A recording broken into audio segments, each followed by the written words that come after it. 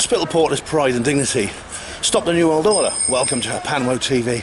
And I'm going to probe. I'm on top of the world, looking down. Okay, yeah, I'm in a good mood. The weather's not as nice as the last time I was in this place. Yeah, I'm feeling elated right now because I'm going to the probe conference. Now, you may say, well, what do you mean the probe conference? The probe conference is finished. Well, it had finished. It hasn't now. There's a long history behind this, actually. Now, the last time I was at the probe conference, actually, was in the autumn 2019 probe, which there is a reportage of that, which I'll put in the description box. A link. I'll give you a link there. And by the way, do you like my Truth Seekers Northeast hat? Yeah, it's very good, isn't it? Yeah, it suits me. It's perfect for this kind of mission. And it's typical Oxford, isn't it? And they announced, it was announced during that conference that the next probe, which would be the spring of 2020, would be the last one ever. So it's a bit noisy. Sam was retiring, basically, and so it was all going to. The team was going to disband, and the conferences were going to end. It's amazing to say a guy retires when he's in his 80s, but Sam did. See if I can get away from this noisy person. It's the covered market there, you see. Just wait for a minute. I'll show you a bit of Oxford while we're waiting.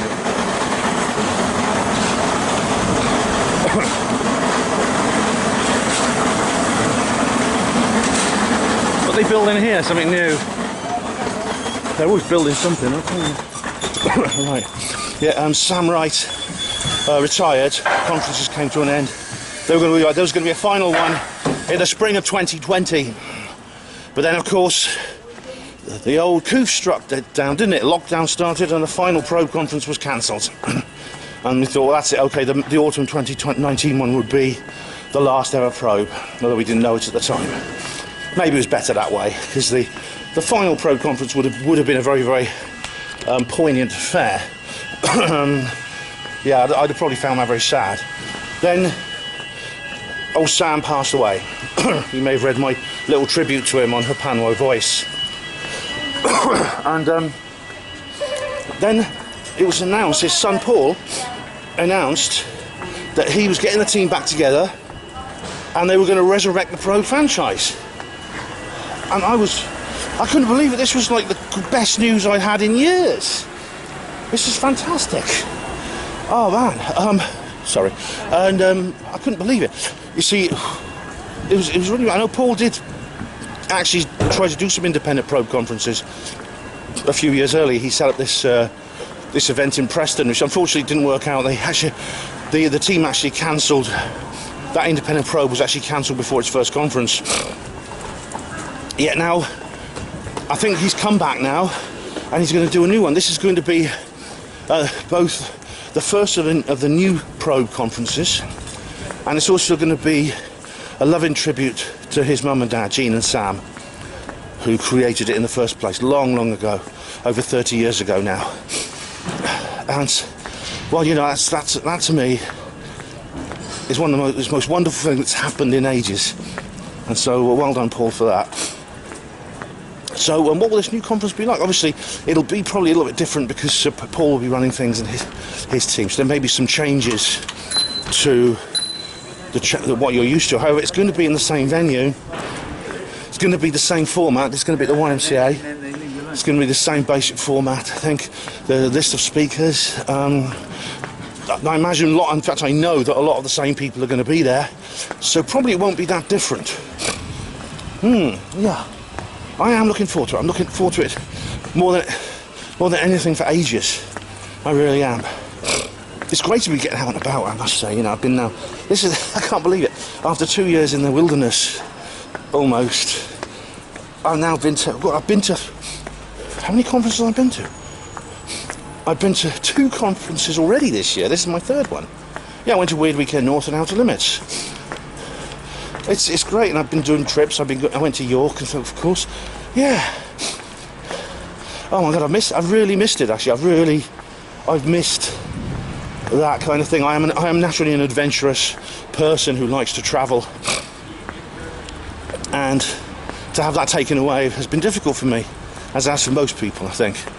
And so I think I'm going to enjoy it all the more because of that, because of these 2 years we were basically locked up. Okay, now I'm going to head for the railway station. My journey is going to be slightly different. There's a bit of a saga behind my journey, which I'll tell you about later. But I'm going to Probe by train and coming back by coach. It's a long story. I'll tell you later. Here we are, going down this lovely street here in Oxford, and we're going to head down George Street now and Park End Street to the station.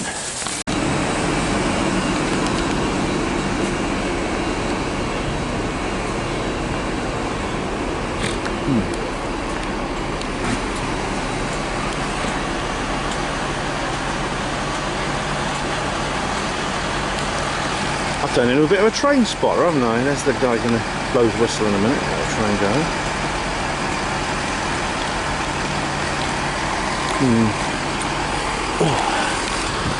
Anyway, welcome to Oxford Station, platform 4 Oxford Station. This used to be platform 2, but then they reorganised the whole thing. I'm kind of like, the reason I'm here is I'm actually getting the train to Probe.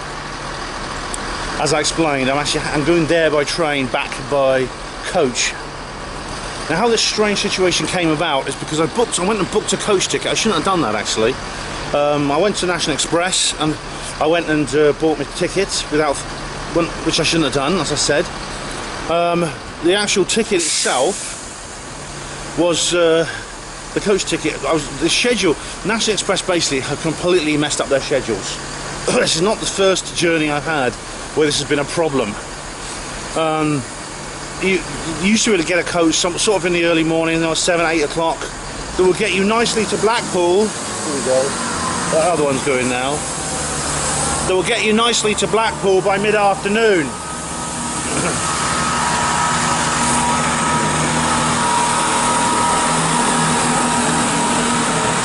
for that train to go.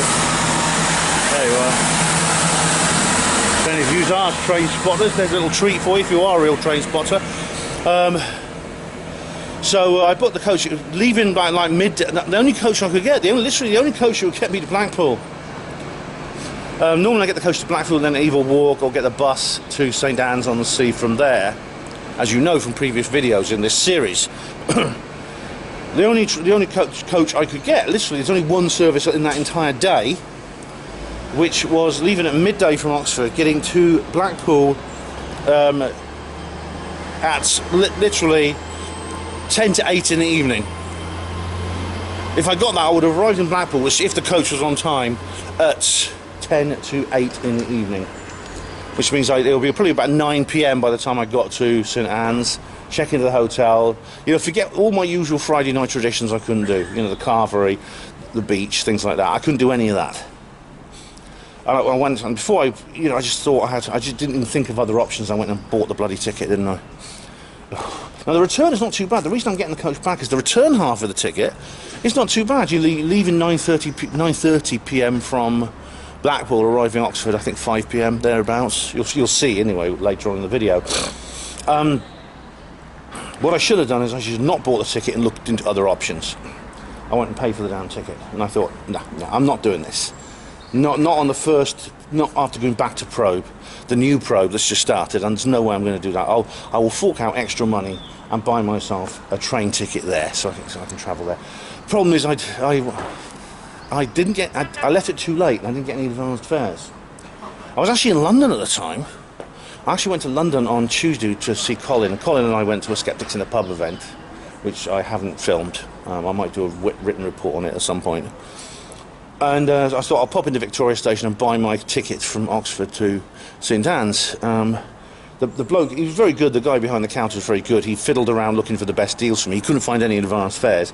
I ended up forking out £73.15 on a bloody single from here to St Anne's.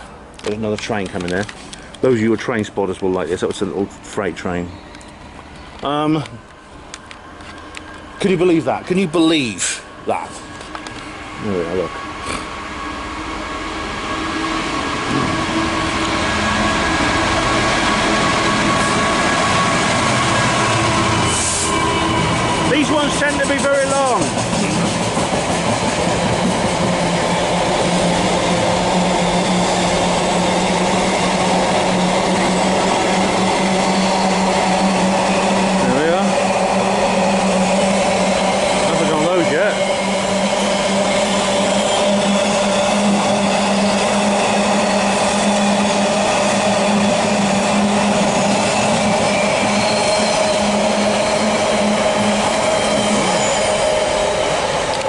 Where was I? Yeah. So I'm actually getting the train up there. It's I paid a lot of money, but it's worth it. I'll tell you, it is on the upscale. I did have a choice. I could either say yes or no to this ticket, and I said yes.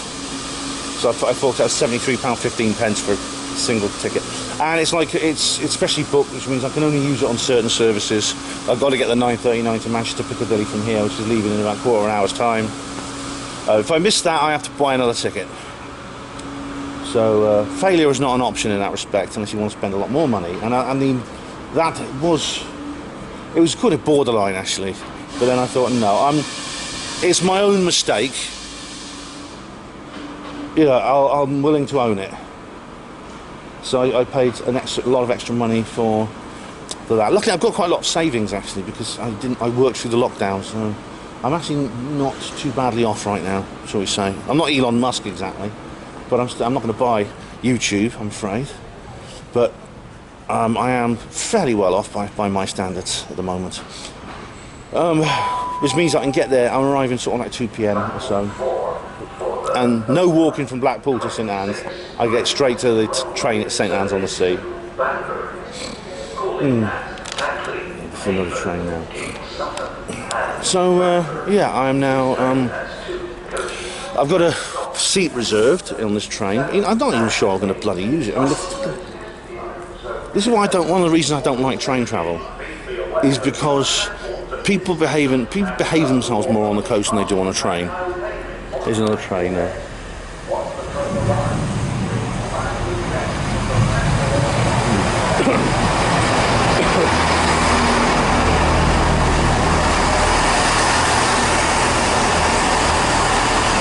Yeah, people behave themselves better on the coast, like I've often said. You seem to get a better class of person on there. Maybe it's just because, you know, you're the drivers there all the time, and they don't serve alcohol. In fact, you're not allowed to drink alcohol on a coach. Whereas you go on a train, they can't wait to shove these overpriced cans of lager and miniature bottles of wine in your face and get you to drink them. But you know, people I've heard this story so many times. I booked a seat on the train, it was reserved to me. I got on the train, someone was sitting in it, they just refused to move. They says, I'm not moving. No, I'll go and sit somewhere else. That's happened so many times. And they've got to go and find the guard, and indeed the railway guards must be familiar. If any of you are like railway guards, you're probably familiar with this. They say, oh, go and, can you get this guy out of my seat? This guy's refusing to move. And the guard has to go and like say, look, you've got to move, sir, you've got to move, sir. And you know, so I don't even know if I'm going to bother. It's the train, unless it's very crowded, I don't want to bloody bother. Someone else can sit there if they want, I don't care. Just the reserved seat came as a package with a ticket. Anyway, that's enough waffling. I'm going to get the next train. It's Manchester Piccadilly, you'll see it there on the board. 9:39. And it is on time, good. And there's not another advantage of this, right? You may think it's a bit of a silly advantage, but I think it's important. I don't have to change at fucking Birmingham New Street. I don't have to change that. Thank goodness for that. I change at Wolverhampton. I go all the way through to Wolverhampton. I change there for my connection to Preston.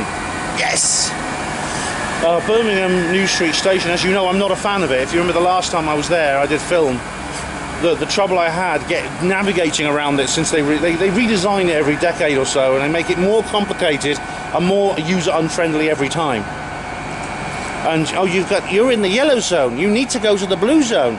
You got to go through the turnstile here, into another turnstile there. If you remember, I caught my connection last time with 2 minutes to spare.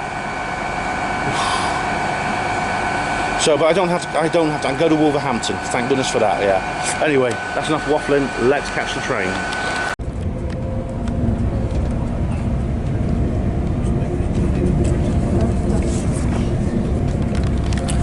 Well, I made it. I'm on the train. I actually thought that I actually would use my seat reservation here. This isn't my train ticket. No. My gold-plated railway tickets are safely here in my pocket. But I just thought just as an experiment, I thought I'd use it. I changed my mind. As you can see, the train's not very full, so I might move. Although I'm quite comfortable here right now. All I have to do now is try and relax. As long as there's no drunk people or idiots like you sometimes get on trains, it'll be alright. I mean, nice landscape. This is Oxfordshire. We left Oxford about 5 minutes ago. I've got the perfect t-shirt, I think. That's there. Deanna got this for me. And I've got the perfect book to read. Tony Dodd's Alien Investigator. It's quite rare, this one. It's actually a hardback edition. I don't know if there's a paperback. It's actually out of print, which is a shame because it's a damn good book. Well, you know, maybe someone could republish it. I don't know, Philip Mantle, Flying Disc Press, or Nexus Magazine, or somebody. Anyway, just got to sort of try and relax now, I think, for a few hours. I'm in a public toilet on Wolverhampton Station, and there is a CCTV camera watching us. The last barriers of privacy have been broken. You're in a toilet, and there's a camera watching you. I'm getting off at Preston Station now. Nearly the end, one last leg of the journey. Now somewhere around here is Colin Morford. Ah, and they haven't, I'm pleased to say, they have not modernised this station at all. It's still just as oldie worldy and charming as it always was. If you remember an early video, one of my early pro videos, I mentioned that this is a really nice old station, and it still is. I've got to find platform 1 now. So that's 3 to 6. This is platform. Let's have a look. Unfortunately, the weather doesn't look too good. Well, it's not yet. It isn't at the moment. No rain yet, but we'll see how it goes. This is platform 1, so Colin's here somewhere. Let's see if we can find him. New Hunsey, Leeds, Church Benton, and York. Let's have a look. Where's Colin?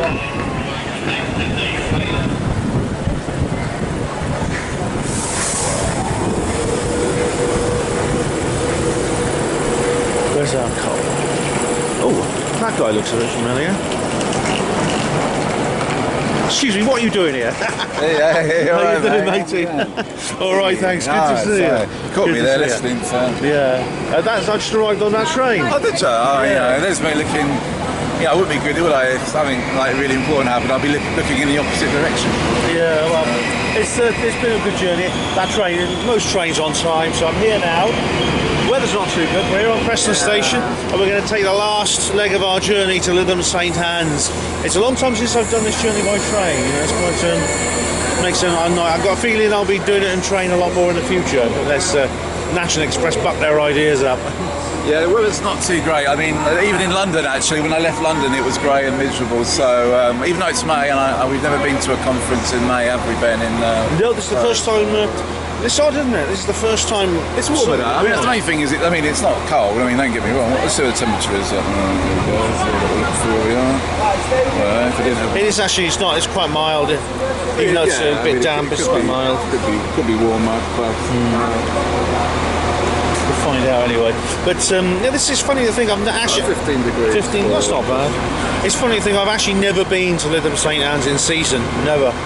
The pro conferences are always like March, October time, and the only time I ever spoke there at New Horizons, I did 3 talks. This was always in the winter. They always New Horizons always did stuff in the winter. So strange. Anyway, Colin, it's good to see you, mate. Good to see you, Ben. Looking forward to the long weekend here. Yeah. And now we'll let it unfold. Yeah, exactly. This is fun. I can't wait. This is the train to Blackpool South, which stops at Lytham St Anne's. And they've still got these lovely old bangers, haven't they? Yeah. Service to Blackpool South. Kirkham Wesham, Moss Side, Lytham, Ansdell and Fairhaven, St Anne's on the Sea, Yeah, St Anne's on the Sea. That's where we're going. Pleasure Beach, and Blackpool South. It's a bit complicated here because there's loads of trains go to Blackpool North. Only certain trains stop at other stations along the way, Blackpool South, etc. But I honestly, it's so long since I've done this journey by train. I assumed they'd have replaced these old trains with like new ones, but they haven't. They've got these lovely old trains. There's another bit of probe nostalgia here for me and Colin. So that's quite something. I'm glad they've still got these old trains. Yeah. Yeah, so cool. And we're here. This is St Anne's-on-Sea.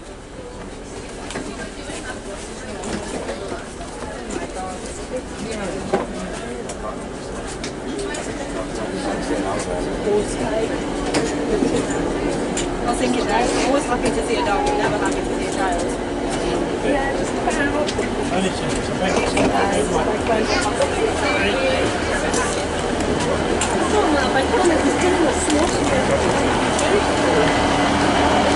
We're back.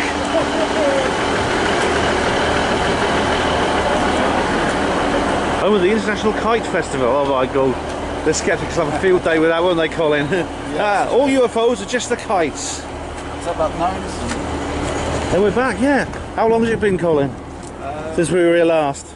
Well, 2019. Yeah, October 2019. I'm not even too sure whether That's almost I was at the 2.5 years. Was there an October one? There was October 2019, yeah. Then the last one was cancelled.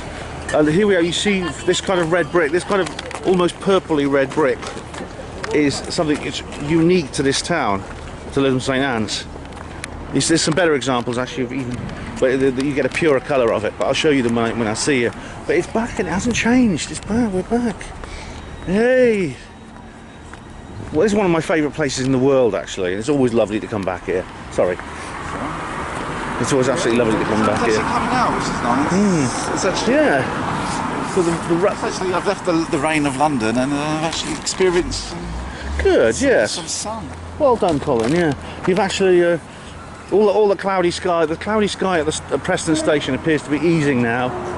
So the first thing we've got to do, I think, is go to our digs. I might not be able to check in till 3 p.m. where I am, but it's actually got an hour to wait. But you know, I can pass that time very easily by having a stroll around and getting reacquainted with this old place, this lovely old place.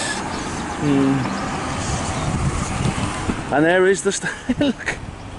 It's there, the townhouse. I've had a lot of fun in there. Yeah, I've been. Yeah, A pub, yeah. Cheap drinks, cheap food. Yeah. A bit like the Spoons again. It is like a Spoons, yeah. It is. There is a real Wetherspoons actually further down, and you could actually just see the beginnings of the pier ahead there. And there's the flag. That's the town flag, I think, up there. You can't. It's not blowing very clearly. And this rather unique little this boulevard here with the white and the little bikes. The little bike things are still there, and the weird benches and stuff. It's great. Interesting if there's any publicity for this event in the local. I don't know what the local, because some of them have heard of it. I mean, I got talking to some of the local people, and they'd heard of Probe, because it's been going here now for so long. But they just haven't attended. And there's that. I think it's up there. There's that Chinese place we went to once. Well, I suppose what we don't know is since COVID, a lot of things could be shut down. You know, some pubs never recovered. So it'll be interesting to see. Yeah. Well, there used to be that big one down there, didn't there? What was it, the Lord Derby? Or Yes, that's it. It had several names. It was called the Admiral, then it changed it to the Lord Derby. Yeah, I'm actually curious and a bit nervous to see how much has actually survived the lockdown. I mean, the carvery we're going to have, it may not even be still there. The Salters Wharf might not even still be there. I mean, it's be sad if that's the case. But how has this town survived the lockdown? No tourism. It's dependent on tourism here. How has it survived? I guess we'll find out, Colin. Yeah. We can check online to see if we can check online to see if various things are actually there. But mind if it's a Toby, it's probably it's like a chain pub. It's more likely to have survived than a free house. That looks like it's been shut down. Yeah. That wasn't there last time, I don't think. This weather vane thing. I don't remember that. It's a landed spacecraft. Then. Yeah. Oh. We'll find some places anyway, things to do. Definitely. Well, I don't remember this little outdoor seating area. It was there. Yeah, I remember that. Yeah. Oh, they got not the beer thing on it. No, I don't. I remember it being like benches and things. I don't remember this. I don't know what it's attached to, whether any of these other things. Yeah, Birra. Oh yeah, Birra Moretti. It's an Italian thing.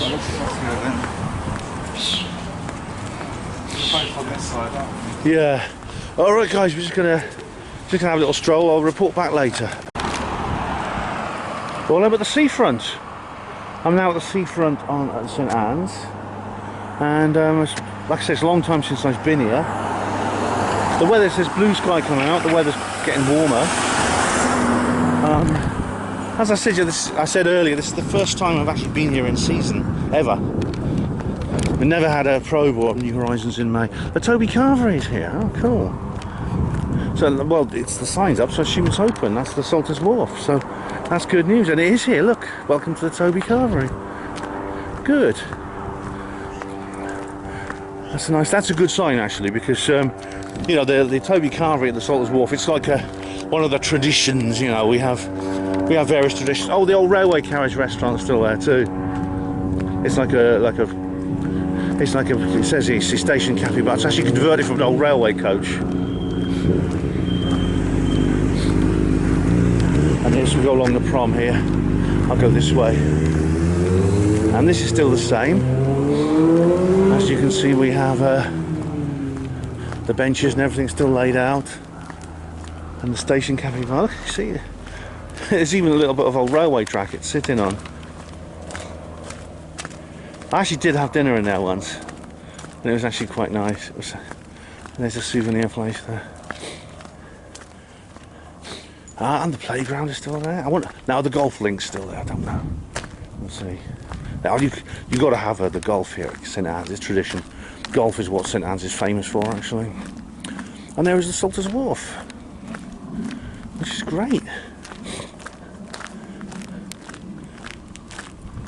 And the trampolines. Yeah, I can't check into Travelodge until 3 PM, so I'm taking a walk down here. Colin's gone to he's gone to check in at his hotel. So yeah, I'm feeling hungry already actually now. Wow.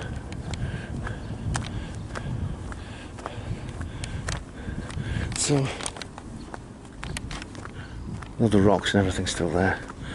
I'm just sorry I hope you don't find this bit of the video boring. It's just, this is kind of like just a kind of feeling that you get returning to St Anne's after all this time. And here's the Salters Wharf with the beer garden.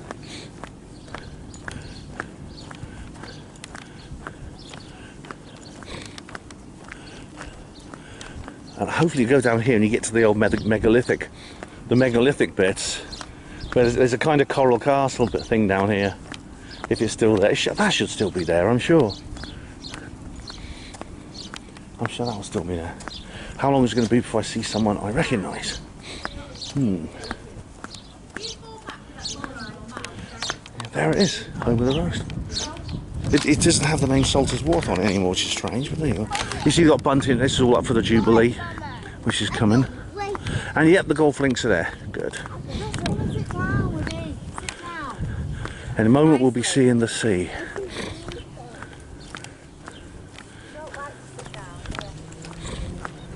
Oh, I do like to be beside the seaside. How many times have I come here? Let me think. I've been coming to Probe now for about 16 years, which 2 conferences a year is 32, but then I missed a few, so it's probably around about the 28th or 29th time I've been here. And here is the Coral Castle bit, or Coral Castle-like bit, which is still there.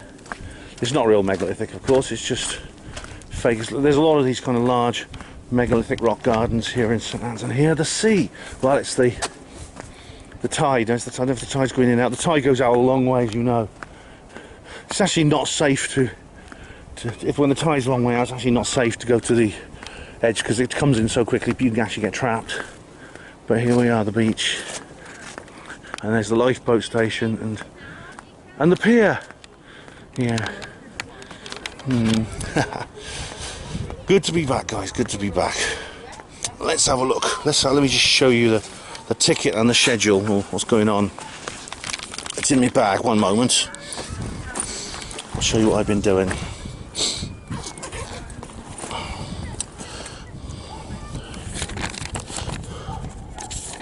So here we are. Probe International Productions presents The Hidden Truth. May the 21st and 22nd. So we have Tony Topping, who needs no introduction. Sandra DeRoy, the filmmaker. They spelt her name wrong there. David Wright, now I don't know him. Frank Willis. He's a local guy. He speaks to most of them. Guy Needler, interesting people. And of course, Sonny Neil Geddes Ward. Pauline Delcombe, David Wright again, and Steve Mera on Sunday. Yeah, so that's quite a lot. We found out that there's nothing on the other side. We found out the doors open at 9 AM. There's going to be a little tribute to Sam and Jean, a little tribute session. This conference is, I think, a very fitting memorial to Sam and Jean and to everything they did. It's just really fitting. I'm going to now have a. I think you've got some more warning signs here. Yeah. Right. Just so no, it's all just in case you try to sue them. And now, I think it's time to have a little walk on the beach. See you in a sec. Interesting place I'm in now. You have there the buildings with the traditional purpley red brick, and here is the inn on the prom. The Speaker's Hotel for the original Probe series. I don't know if it's the one Paul's using. And we have here a live singer and saxophonist in the garden. He's quite good, isn't he? He's good. On the inn on the prom. It just goes to show, there are some things that how the atmosphere of an English seaside resort changes so significantly between when it's holiday season and when it's not. It's just one example of how St Anne's is different when it's in season. I've never seen it before. How about that, eh? Another thing, I didn't film them earlier, but I saw some people in the beach huts. Now, you may have seen earlier on, I showed you in the scene, in the last shot, you may have seen the beach huts. This is a very English thing. These little wooden sheds they have by the seaside. You can hire them for quite a reasonable price. They're always locked up, normally, when I came here before, and of course now a lot of them are open. I saw some with some people in, and then we have the flags with they're getting ready for the Platinum Jubilee there, and of course this lovely hotel here.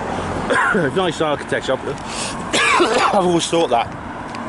Do you remember in a previous Probe video I was complaining because they were still flying even post Brexit, they were still flying the gender study professor's apron at the top of these poles, the old EU flag. Now they're showing the modern equivalent here. This is the Ukrainian flag, which is kind of similar, isn't it? It's kind of the current thing. Anyway, I'm gonna have a walk back down. I'm gonna carry on walking down here. If I see anything interesting, I'll let you know. But the weather's turning out nice. The sky's cleared. Maybe even sky watching weather later. We shall see, ladies and gentlemen. But it depends on Miles, I think, because he tends to sort of dominate he dominates our nightlife, and he might want to go for a sky watch, and of course people will go with him. But we'll see. Miles is, I have it on good authority that Miles is somewhere in this area right now at one of these hotels. If I find him, I'll let you know. Right, well, I've just done something I've never done before. Guess how many times I've been to Lytham St Anne's? Well, I've told you about 28, 29 times. How many times have I actually been on St Anne's Pier? Never until now. I've just been on to St Anne's Pier for the first time ever, and I must say, it's disappointing. It's all enclosed. Everything's indoor. It's got a roof over it. That's probably not part of its original design, because the pier was put up in the late 19th century. It's just one big amusement arcade. It's just computer games and fruit machines everywhere. And I went to the end. There's like an open bit at the end. It's padlocked. You can't get into it. So you can't get to the outside bit on the pier. So the pier is just basically one big, like kids arcade, things for kids, and it's all indoors. And I've never been a fan of places like that. So at least I've done it now. Like I say, I went on the St Anne's Pier. Now I know for a fact sometimes the end bit is open because I know other people have been on there. They showed me photographs of it. So you can actually get to the outside of it at some point, but unfortunately not today. Well guys, I'm here in the Travelodge. I've managed to log in, to check in. And it's got I'm up on the second floor, and the weather has really improved actually. You can see distinctly how it's improved. So I'm now going to just give you the tour as usual. There's the cherry picture. I really need to have a bit more variety when it comes to decorations. Lots of mirrors in this one. It's quite a bare room actually. It's bigger than the one I had in Hull, which is ironic because I don't really have to spend much time in here. And here's the bathroom with the standard cyclo shower, tiled wall, and a warning: please take care, we're standing or walking on wet surfaces, because they don't want to get sued, because everyone is suing people these days. You know what happened? I actually bought an ice cream down on the seafront while I was filming down there, and it had a little warning sign on the cone which said, beware, contents might be cold. I'm kidding actually, but it wouldn't surprise me if something like that happened. It really wouldn't. Anyway guys, just gonna wait here for a little bit, hang out, and then I'm going to go and meet my friends who are turning up, and we're all going to hang out together, have a bit of a social life, something I couldn't do in Hull. And then we're going to head for tomorrow. We're going to head for the conference, and I'm going to be myself. I'll be wearing this hat, but no big sun hat and no sunglasses, and certainly no coof mask, and I can walk around and tell everyone who I am. I can't wait. Hey guys, well I'm in the Salters Wharf Pub now in the Toby Carberry in the restaurant area, and I'm just having a quick pint here at the moment because Colin and Mark aren't here. Mark's trains is delayed, so they're going to meet me when they arrive. Miles is hopefully going to join us later as well. Amusing little bit of synchronicity.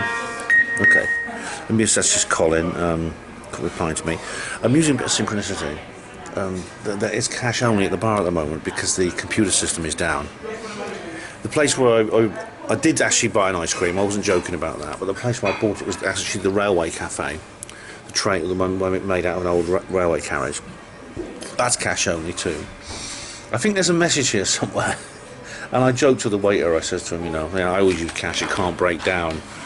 Well, it's not just breakdowns you've got to worry about when you don't use cash, everything's cashless. So I thought it was quite amusing, so I've got my little audio here. I think I'll listen to that UFO podcast talking about the hearings. Had me dinner, and I'm here with Colin and Mark, who you remember from previous videos. There's another probist over there. I can't remember his bloody name. That guy over there, yeah. But the weather has turned really nasty. It's brightening up a little bit now, but it's been heavy rain here. But we've been indoors, and so it hasn't bothered us. And I've had a lovely meal. I've had a lovely meal here. And so we're now waiting for all our friends to join the big pre-probe social celebration night. I think that's the next step. So guys, till later. Now we've left the Toby Carberry. We're now heading off into the sunset, all of us together. And it's very windy indeed. There's been some kite flying. There's Miles and Selena and a couple of other people. And I'm on holiday here. We are, yes. Miles is here having fun. He lets his hair down occasionally, what little of it he has left on his head. And this is the sky. This is the sun, you can see now. But it's extremely windy. It's like we saw some kites flying earlier. Apparently kites account for a lot of fake UFO sightings, or unmistakable UFO sightings. We saw some kites. So apparently there's a kite flying festival here at some point. So we're now probably going to go to another pub. But the shadows are long, the sun's bright, and the wind is blowing the cobwebs away. There, a rainbow is flying above this row of houses made of classic purpley red Lytham St Anne's brick. Isn't that a lovely image, ladies and gentlemen? Was it my poetic side said to me, a KLF, was a KLF chill down album mixed with a George Formby ukulele thrash. The number 15 is still here, ladies and gentlemen. It's still here. In the back, you can sit in. I know, I used to come in here all the time. It's lovely, it's brilliant. It's a great little feature on this pub. And here it's still here, ladies and gents. That's brilliant. Pub of the year, 2022. Yay! Not even during COVID, I just asked the barman, he said it's... Here's another bit of He was one of nostalgia. those people like, you know the one bit in Devizes where they start shutting like 8 o'clock or something. Look at that picture! Yeah. Oh my goodness, I'm gonna get the video flagged for this. Look at that picture. Oh my goodness. Don't film Miles, that's why you're getting it flagged, that's why.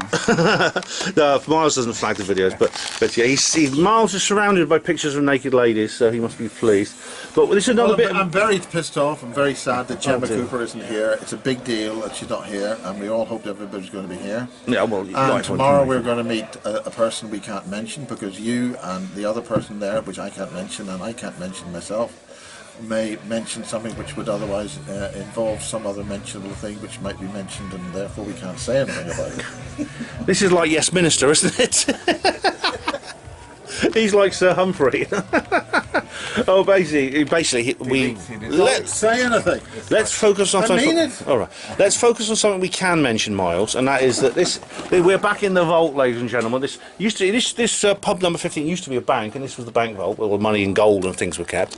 And it's been turned into this little back room here. And there's another bit of nostalgia here because we're back in the bar in this little room here with my friends. It's fantastic, guys. It's great to be back here. And we were worried this pub might be shut, and it's not. And the vault is open. Okay, I'm going to ask a question. I've had some sambuca. See, look, there's a sambuca there. Well, we're saying... Look, Colin and I have had this You're not important intimidated by all these men being around you. No, I'm boy girl. Oh, that's... All right. I'm boy girl. That's fine. No, My uncle in Florida, in America, he says, you're my boy girl niece. oh, no, you know... Boy girl. I'll tell you something, right, about... Let me tell you something about a question I want to ask No, you. you're taking a photo of the You see, photo. there was one picture... 1, 2, 1, 2. So I just had my photo taken by No, somebody. look at each other. Can you just say this little line for me? What's that? No, look now. Cannot Look now. reason with a tiger when its head is in your mouth. You cannot reason with a tiger when its head is in your mouth. When your head is in its mouth. When your head is in its mouth. That's true, yeah, that's true. Look, there's one picture of... Oh, right, yeah. There's one picture of a naked man. Reason with a tiger when your head is in its There's one picture of a naked man there to balance things out with all the pictures of the naked ladies. Now, I've got to ask you the question, right? I don't know this because I'm not a woman and I'm not gay. What is so attractive about a naked man? What's so distracting about men? Why are men attractive? Because I don't understand this. Because men are disgusting. We are misshapen. We're weird. We have misshapen bodies. We don't flow naturally. We're not sort of like streamlined like women. You know, women are sort of streamlined and they're elegantly shaped. Men are misshapen. We are hairy. Opposites attract. We're sort of hairy and we're ugly, and we smell bad usually. Most men smell bad. We make strange noises, don't we? We make strange noises. We sit at odd angles. So I've got to ask my female. Let me ask my female viewers and my gay viewers, if you're a man and you're gay, right? What is so erotic about a man? Because I can't understand. I really just can't understand. Maybe because I am a man and I'm straight and I like women. I think women are wonderful. Women are the opposite of men. Women look nice. They smell nice. Well, they don't make weird they don't make weird noises. I have to certainly say that doesn't necessarily apply to yourself. All right. And they don't sit at odd angles. So I've just had too many of these, and I've had some sambuca. This is a glass of sambuca, which tastes exactly like Gaviscon, or as Kenny Rogers would sing, Gaviscon, oh Gaviscon. Yeah. So just to stop me getting indigestion after my king-sized carvery. So take no notice of me, guys. Take no notice of me. I'll probably edit this bit out. Oh, everyone, it's about 11 PM and I'm back at the hotel. I'm sorry to be such a lightweight, but I'm really tired. I need to sleep. I only slept about 4 hours last night. I need to get to bed. I had a lovely time, lovely people. They're so good. What's this light do? Oh, it's above the. Okay, that's better.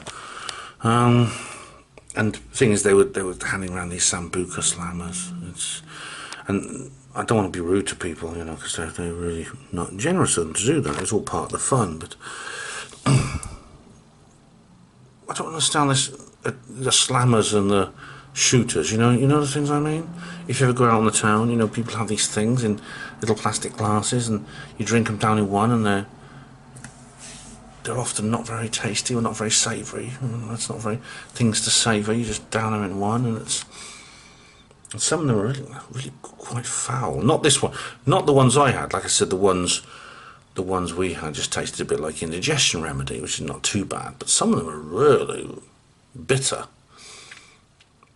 But you know, people, especially the young kids, they'll drink them. They'll drink them because it's trendy, because it makes them look cool.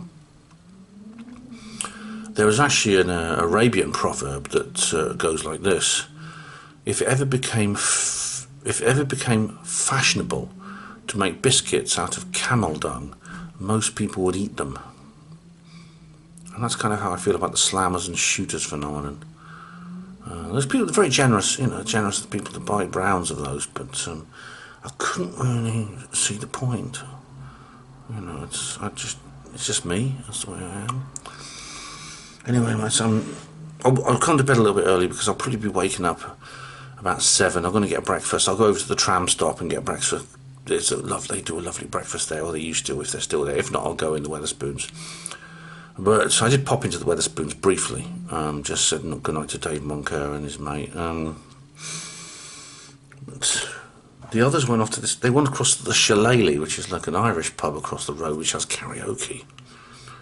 And they were like getting on the karaoke, and Selena is like a real party animal. She's a bit younger than the rest of us, and she's a bit more sort of like with the modern stuff, you know. And I thought, nah, it's not for me. Oh, am I turning on an old git? I hope not. I wouldn't if it. Honestly, I'd have stayed there and I might have sung some karaoke and done all the fun things. But I was thinking of the conference tomorrow. I don't want to get up, go to the conference and be falling asleep through it all. I'll be doing that anyway, but I mean, it's excessive if you haven't slept the night before properly. So I wish you all a pleasant evening, ladies and gentlemen. Pleasant Friday night. The conference begins tomorrow. And yes, as someone just texted me, sweet conference dreams. So thank you. And sweet non-conference dreams to you, Panmo TV viewers.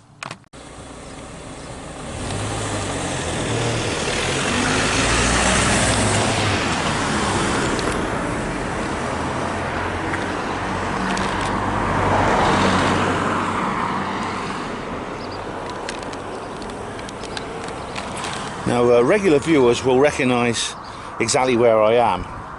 I'm at the crossroads here in St Anne's by the Monarch Hotel. The Monarch is actually where I always used to stay. It was my home from home. I haven't stayed there this time. I could have done, but it's under new management, unfortunately. Leslie, the former owner, has sold the business and the building to someone else. And I don't know who they are. I don't know what kind of service they provide and how it compares to hers. I mean, hers was, like I said, home from home. It was where I got in the habit of staying. After trying several other places, I went to the Seacroft, Ad Astra, Hollingworth, a couple of other hotels. I stayed at about 5 different ones. I decided in the end to settle for the Monarch. Stayed at the Ad Astra for a while.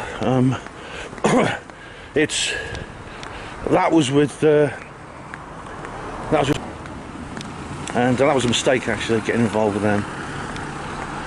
No, you see, I was a bit torn behind the whole thing because absolutely adorable old guy, or was. He died last year. He's just absolutely adorable and wonderful, really likeable old man. And unfortunately, he was married to a lady, actually, someone I really, who was actually very, very unpleasant, aggressive and manipulative, and a very, very nasty person indeed, who could charm. She could be charming when she needed to. And as a result, I was kind of torn between getting involved with that couple. They're both quite old. They're both elderly in their 70s, and really into conspiratorial UFOs, paranormal stuff. He really was, and so I became sort of friends with them. And funny enough, it was Sue Stain took a very different line. For me, it was likability outweighed dislikability. For Sue, it was the other way around. It was dislikability outweighed likability. And so when we went to the Ad Astra, she wouldn't come down for breakfast and things like that because of it. So in the end, I said, no, we'll go somewhere else. We'll go somewhere else. I'm not gonna put anything like that above. If my partner feels discomfort when she comes away on holiday with me, that's unacceptable. I wasn't going to put up with that. But it died actually a couple of months ago, and I just told me she's quite cold about it actually, to be honest. She told me he died in the very same email where she said, "Oh, do you want some of his books? I'm throwing his books now. Do you want to get some of them?" Tactless, cold-hearted old cow. I just said deepest condolences. That's all I said. And then I wrote back a couple of days later, "P.S. Goodbye." I'll never have to speak to her again or see her again.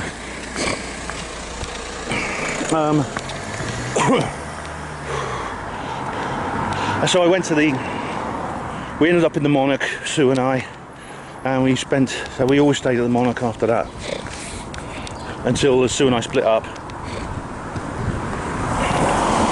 And then of course Probe finished. The last time I stayed at the Monarch actually was for Lapis. There were she knew about Lapis. There were a lot of people from Lapis staying there. That was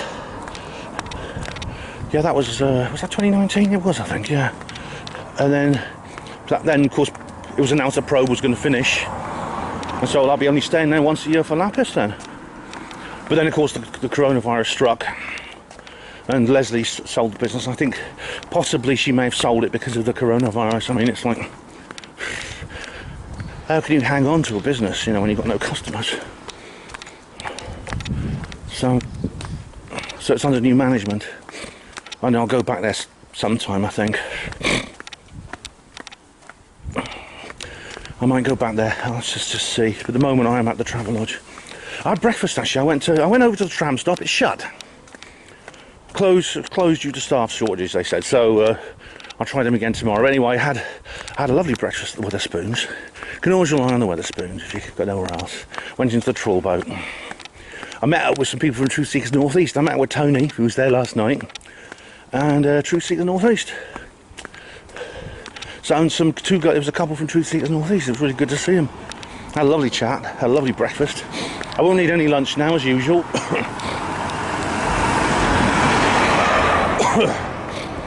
And here we are at the YMCA, back again after 2.5 years, more than 2.5 years. Wow! I did wonder if I'd ever see the place again, but here it is. And it's just after 9 o'clock, so the doors will just have opened, and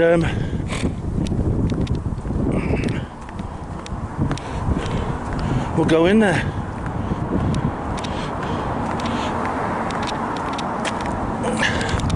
Wow, I feel really cool now. I feel great. This is so much fun. I miss this place. This feels strange to be back. Strange but nice. Okay, guys, I'll see you later. Here we are. The Probe International. Look at this. It's a brand new signboard. That's very good, isn't it? Let me show you inside. Oh yeah. Well, he would have. And here it is. I'm here bright and early. The stalls aren't open. The stalls aren't up yet. So yeah, I'm one of the first to be here. at that, eh? Nice. Probe International Productions. Hey everyone, as you can see, this room is filled up very, very widely, and there's lots of people. I'm here with my friends here. There's Julie, and there's all these other people here. You recognise the others, and I never thought I'd ever see this place again, and I was very sad about it, and I'm back, so it's a really, really good feeling, and I'm really looking forward to today.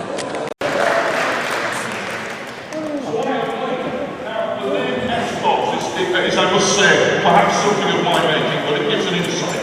And I started getting very strange downloads that were visual. I'm not things started to happen to me. One such incident began, and the people behind it are absolutely mind-blowing when you get into it. But anyway, early 97, and I remember being, I came back from London, I was nearly homeless actually, and I started having these strange goings on. One of the events that happened to me was, as you can see back there in the garden, I'm fast asleep and I have this vision of this extraordinary, massive silent glider coming over me and dropping a beacon in the garden. The next strange vision that I had was of a UFO being overtaken by a submarine at speed. A sense of great nervousness from the people in this submarine. It was a submarine of a certain country and it was being watched and followed. And I'm getting all these visions in my head and I'm thinking, oh, I'm a contactee. The aliens are contacting me. Went a bit deeper than that, as you can see. So the UFO is actually circling the sun for no apparent reason, or so I thought. But in fact, that UFO is part of a maritime extraterrestrial group out in our oceans. And I began to learn of them as things progressed. Take us to the next slide, later. Thank you. So this is an early, what I would call Earth-human incident. That is actually a human time traveller. I call the link between now and the future. We are currently in yesteryear, they are in future Earth. At that time, when it happened to me, the guy was in a Navy uniform because the Navy are the lead agency in all this, and he was looking at me through what could only be described as a glass bubble, watching my every move, because he knew that I had written this book before I had. Not only that, he knew every single incident that going on, because I wrote a book that I didn't know I was going to write. In fact, the book, when it's finally published, and believe me, it's been hard work because I've been timed it. When the book is finally published, technically speaking, it's like a time travel artifact in your hand. Technically speaking. Move to the next slide, mate. Thank you. So, is there one back? Flyovers begin.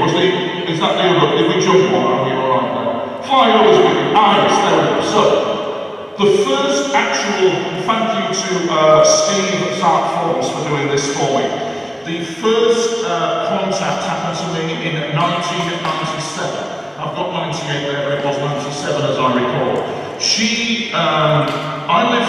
I was 10 years of age. I was walking to a scrapyard in 1980s England to sell scrap because my mum and dad were broke. I lived in a house with no heating, no lighting. I was sexually abused twice a day on average. I've been to the gates of effing hell with all this, believe me. So the information you are seeing has come at a bit of a personal cost to me. We've got at the moment, this is a maritime sea contact now. I lived in squalid housing conditions, believe me. There was no bathroom, there was an outside toilet. Thinking was doing things to me. Now, the point being is that in this vision I had, I'm catapulted back to my old squalid house in 98, and I've got this woman with her back to me, looking in the mirror, tying her hair. She then turns round and says, how do I look, in fluent English? She's in fact part of the maritime extraterrestrial group that's out there at the moment. The one that the US Navy says, we do not know what they are. So that's a very good drawing of her, and she will surface again down the narrative of my contact situation. Well, we've just had Tony Topping, the first speaker, and of course you'll all be very familiar with Tony Topping. He's appeared on my channel many times, and he did his talk where he discusses so many different subjects. It's unbelievable. I think this is one of the richest and most varied talks he's ever done. He talked about the online abuse he's had, and indeed, excuse me, I'm familiar with the idea of online abuse, of course. Tony has been involved in mainstream media productions such as This Morning, which is a live show, and it's always worth doing live TV or live radio where they can't censor you. I would advise against doing anything that's recorded.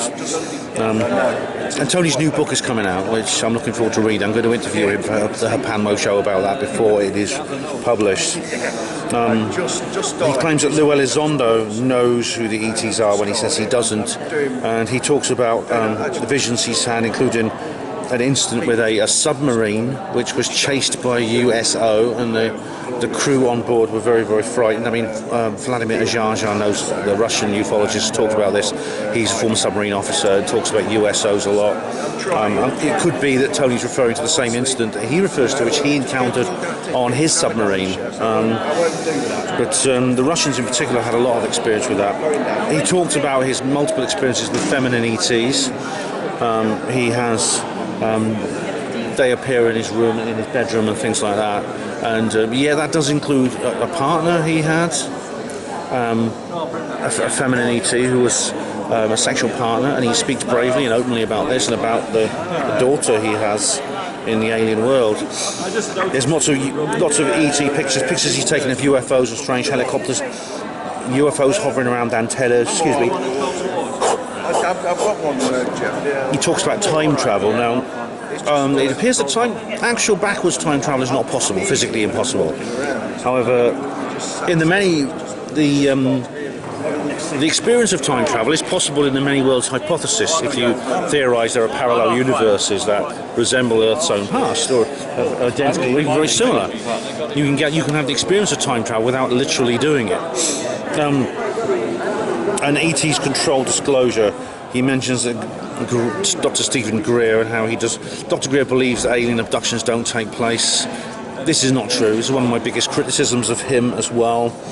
He talks about the multiverse and multiverse communications, plasma being, Baba Venga, this old lady from Russia who's predicted things, including the Ukrainian problem. And he mentions, most fascinating of all, he talks about parallel universe and communications over something called SCOVS. SCOVS. It's something I've never heard of before. It was an acronym, and I can't remember exactly what he said that was. But he said he's got a demo tape with the Beatles. Excuse me. He was sent a demo tape of music from the Beatles after 1969.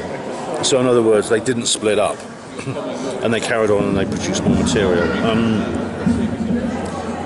Photos of a parallel universe. That was fascinating, including a picture of Trafalgar Square with a pyramid built in the middle of it. And that's very interesting because I know from there's a website called Buildings That Never Were, or Planned London and things like that, there was originally a plan to build a pyramid in Trafalgar Square instead of Nelson's Column, which never came about. It's really quite amazing. So I get the old conference drowsiness already, and I found it incredibly interesting stuff. I really did. And so Tony, it's good to see Tony again, and he did say at the end that he's been ill and he might not have long to live, and of course that's very sad that he talked like that, but if that's what he believes, it's fair enough. Although, I mean, I don't think, as I was saying to Julie, we talked about it, she said, well, none of us know how long we've got left to live, and that's a good point, and I've been made only too well aware of that in the last year or so.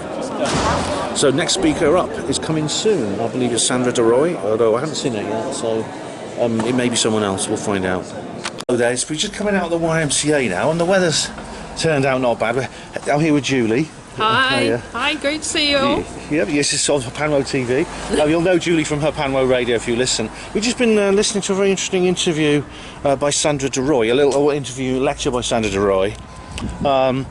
Now she's a very good filmmaker, actually. She's made, what I think are two very good films. One is a short called The Walking Case, and the other is a feature film called Awakening in 12 Strands, which I've always really quite liked. And she did a lecture right now. To be honest, I couldn't quite grasp all the points she was making, but she said things like, for example, she claims there are no reptilians on the Earth. Now, that doesn't accord with my information at all. But apparently there are more than one reptilian. There's more than one kind of reptilian. There's the Draco, and then there's the Earth reptilians. I've just found that out from someone else. She also says the Andromeda Galaxy is keeping the Archons out of our universe. Again, the Andromeda Galaxy is a large spiral-shaped galaxy, not far. It's quite prominent in our sky. She talks about Estonian dancing. She comes from Estonia, actually, so she's a mixed race. Her father actually comes from Yemen, but she's from Estonia, and she said that Avery is the centre of the world. Now that's something I do agree with her on. Avery is like in the heart chakra of the Earth, and it is a megalithic site which has a very, very benevolent energy, as opposed to Stonehenge, which is quite malevolent. She talked about how her cat went missing, and how her rituals, such as her pagan rituals like Estonian dancing, can help these developing spiritual matters. And she brings up Agenda 21 and Agenda 13. Apparently she's got a master's degree in these things. I don't know if you get those, but apparently you can. I wouldn't want to study those particularly. I think I know too much about them, quite frankly.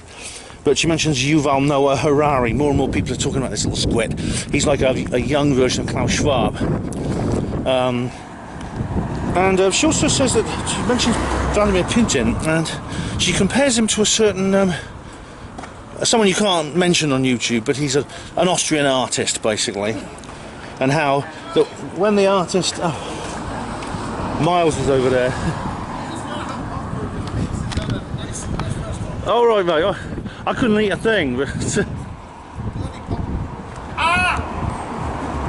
Oh, right. I think Miles is here with this thing here, and says that when the artist took power in Germany, one of the first things he brought out was animal welfare.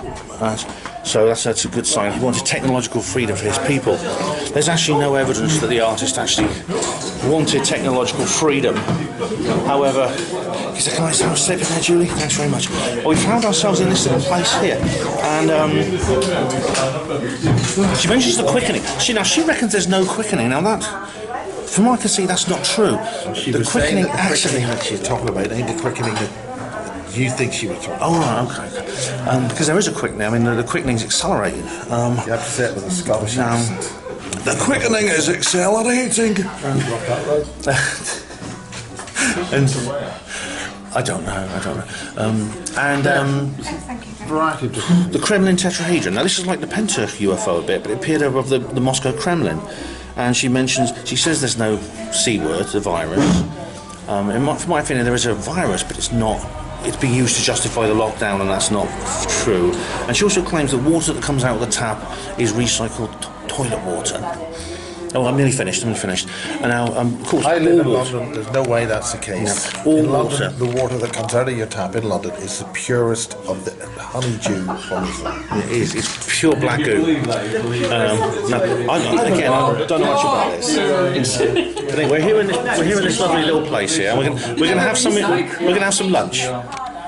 Hello, everyone. I've just come out of the latest session, the first afternoon session at Probe, the first day, and the speaker was Frank Willis, who talked about the possibility that aliens might be farming us. Now this is one of these situations I've often referred to when it comes to disclosure. There's an old phrase, be careful what you wish for, because you might get it. What if disclosure, the truth about aliens, is actually something rather unpleasant and frightening, such as the Earth is some kind of intergalactic barnyard and we are being farmed, essentially. He claims they're farming us for fear and negative. We've heard about adrenochrome, of course, but what he said was, most people don't want to go to war. They hate the idea of going off to war, but as soon as the government says you've got to go off and kill other people in a war, most people go along with it. Now, why is that? Obviously, there's several reasons, but it seems rather strange that despite the fact that most people, wars usually happen, but people usually have to be manipulated into war. Is it that the aliens actually want that war for the purposes of energy? He talked about how he knew a reptilian shapeshifter, and there was a North Sea Atlantis. He also talked about the North Sea Atlantis being the time during the Ice Age, when the sea levels were lower, and that there was actually a human habitation on what is now the North Sea. It's called Doggerland. And in the Neolithic, it was actually a prime area of real estate. It's quite something. He mentions the common purpose. Now, he he unlike Sandra DeRoy, like, he understands that I think reptilians, the Draco reptiles, are a real thing on this earth. But common purpose, of course, is how they wield their power on the human mind. And he mentions the Tavistock Institute too, and I've talked a lot about the Tavistock Institute, how I essentially became the step-grandson of the founder of the Tavistock Institute, and what a horrible person she was. What a, frankly, evil person she was, manipulative. He mentions Greta Thunberg, who goes on about sea levels rising and things like that, and she's this young mascot, this mentally ill girl who is being used for propaganda, and about how this psychological warfare think tanks go along. Anthony Fauci, of course, came up in Frank's talk. There's a new book actually come out by Robert Kennedy Jr. all about Fauci and about the fraud. This guy is Dr. Anthony Fauci, who's the Chief Medical Officer of the United States. He was sacked by Trump, reinstated by Biden. He's the architect of much of the lockdown. He's also connected to other things such as AIDS, HIV, various biological warfare institutions, biological warfare institutions, and vaccines. He mentions the crime rate of MPs, which is extraordinarily high. If you're an MPs, the level of crime in the Houses of Parliament is what, as a demographic, MPs are by far the worst criminals in the country. He mentions the Ruhr incident, where aliens actually appeared at a school in Zimbabwe, which is where he comes from. And the South African mystic Simon van Rensburg, who made various predictions. He predicted, for example, very early on, that apartheid would end and a black man would rule South Africa. Funnily enough, Davy de Villiers was actually told that by Henry Kissinger. Davy de Villiers was the Foreign Secretary of the South African government in the 70s, former rugby player. He had a meeting with Henry Kissinger in 1978 and was told within 10 years apartheid would end and Nelson Mandela would be released from jail. Well, he was out by 3 years. It was actually 1990 rather than 1988, but clearly it was obviously everything that's happened in South Africa and Southern Africa in general was planned in advance by the Illuminati. Now, Frank brought up another subject during his talk, which I won't discuss now, but I will bring it up later because I think it deserves its own special assessment on my part.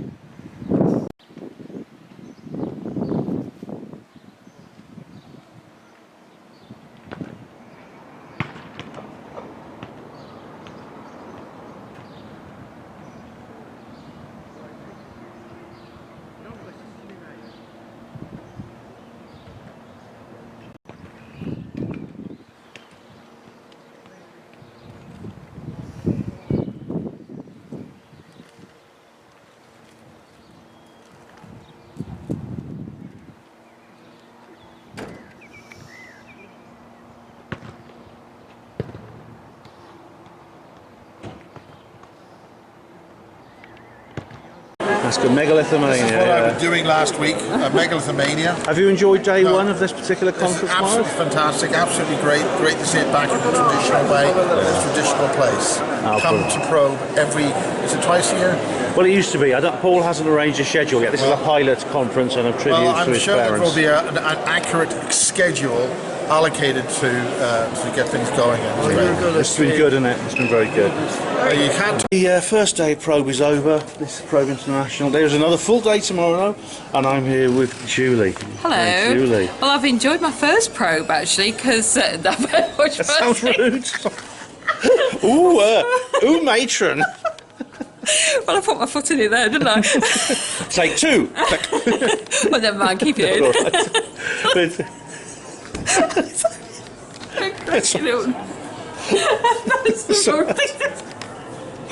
Yeah, we both enjoyed our probing, yeah. Yeah, well, the name of the place is yeah. It's a bit of a giveaway, isn't it? Yeah. So I've enjoyed myself anyway. So I recommend coming here, and day 2 tomorrow.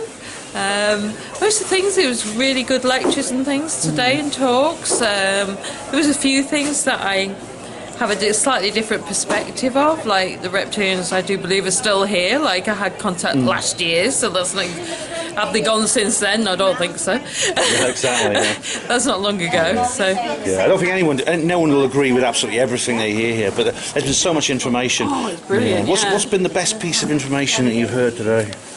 I don't know, a lot of the things I cover I just resonate with, so it's like things I already know about different dimensions and entities and beings, so we're already covering a lot of what I've already experienced, so in that respect I just resonate with so much, and it's a brilliant atmosphere here, it's wonderful people. There's a community, isn't it? It is, it is, it's relaxing as well, so yeah, it's lovely. Guy Needler, I thought, he did the last talk, which I thought was very interesting. I'll give you a full review in a minute, but he talks about the structure of the universe, which has been confirmed by science, that there are different dimensions, and then that there are beings in the other dimensions which can sometimes see into this one, and higher frequencies can see into lower frequencies.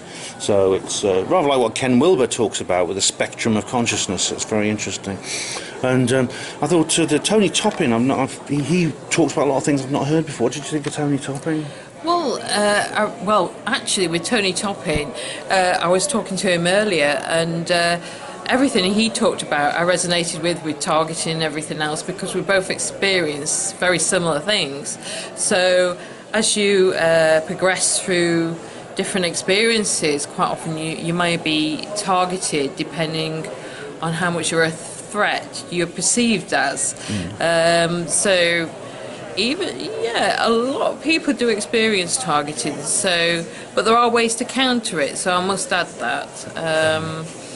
So that's about That's cool. Yeah, well, Julie, I've done an interview with Julie. Hey, all right, Frank. I've done an interview with Julie Phelps on Panmo Radio. You can go and watch it there. But Julie, do you have your own website at all, anything like that? I do. It's Alpha to Omega, Beyond the Matrix, Julie Phelps. But I haven't put a lot on because I tend to do interviews with Miles and yourself. And I've done a recent one with Sandy Glaze, who does about child, mainly focuses on the child trafficking and things like that, because of my experiences with that. We had a really good conversation with her as well, so very much a lovely lady and very much fighting for the planet as well. Excellent. Well, but check out Julie's interviews with the Basis Project with Miles. They're really, really good. Well, thanks, Julie. Thanks for being on her Panwo thank team. you. It's great to see you again, and I knew you'd love this. I knew you'd love this, and I'm so pleased you come along.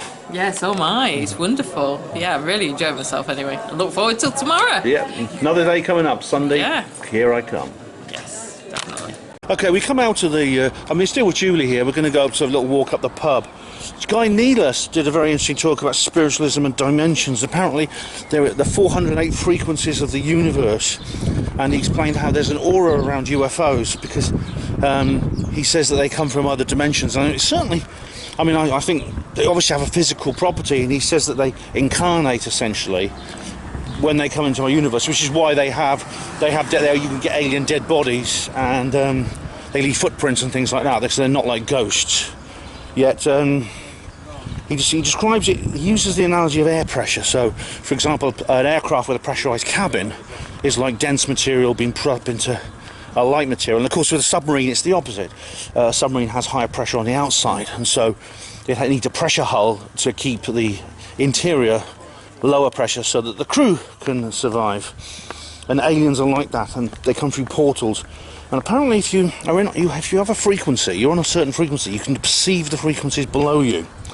And this reminds me of Ken Wilber and his spectrum of consciousness, which I don't have time to go into details now, but it's very interesting if you want to look it up. Then the afterlife and reincarnation is like that. He said, well, what are aliens? He said, maybe they're the same as us. They're just in different bodies and different frequencies. And that we maybe could have been aliens in the past life, and maybe we will be aliens in a future life. This reminds me very much of what Dolores Cannon talks about in her books, because she does interviews with people and she's like a medium, but she puts people into trances rather than going into a trance herself. And they report amazing stories about being other creatures in other worlds.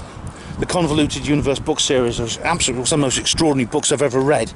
So, and so there's questions about orbs. Now, orbs do appear in digital photography as little round ones. Usually they're just accidental artifacts, but sometimes you get shapes in them, and they're different shapes, and they're different, you know, they have like even writing in some of them. And that, I don't think that's something more. That is more like kind of a communication via images, like white noise. So, very interesting talk there by Guy Needler. I enjoyed it very much. Did you enjoy that, Julie? I did, yes. Yes, brilliant. definitely. Well, I know with aliens, the systems they have on Earth for detecting alien craft is like ionising the atmosphere gives an ability for them to monitor micro changes in the ionisation that allows them to spot aircraft coming in, so like spacecraft coming in, because even higher dimensional craft do that. So is that like HARP and things like that? Yeah. So, yeah. So it has various different methods of like altering weather, but also other methods of actually detecting craft. 5G will be able to detect ETs beaming in to our houses or whatever else, whatever, you know, they'll be able to use those 5G technologies to actually spot if an alien's coming in. So one of the purposes of this system, purpose. yeah, because I know it has Also multiple very purposes, big, but one of it is to detect the presence of these craft as they enter the Earth's environment. And ETs. And so, ETs themselves. Yeah, and ETs, because not all of them need craft, so, yeah. I know some of them come direct through portals, like Adrian DeVere and people like that reported encountering ETs just appeared. Skinwalker Ranch, you know, there's like a portal structure opens up and a creature comes through it, and there's many other examples of that. Fascinating stuff, that, Julie. I thought, yeah. So I'm overloaded with information from this first day. I've only got a whole other day to come. Yeah. So this is the pub here. I actually have to text Miles and tell him where it is, because I think the Victoria, right? That's its name, right? The Victoria. I keep forgetting. And here, I think we've earned ourselves a drink. I think we are. Yeah, let's go. You know, I've left the Victoria pub. We were looking at the Illuminati card games, which I found very fascinating, trying to pick out. They're worth looking at, actually, from the 90s, but they seem to be a kind of predictive programming. And now we're heading over the bridge, over the railway, and meeting up with Colin and the others. We're trying to sort of pick up Miles on the way and have dinner. So that's really cool. It's the weather now is turning out really nice. So let's hope it stays that way. We may even do a bit of sky watching after dinner on the beach. Yeah. You will never, Julie, once you've been to Probe once, you'll want to come back again and again, I guarantee it. It's just up your street. Alright, so see you later, guys. It is beer time, guys. I'll peek round. It's I'll be Stella like Peroni.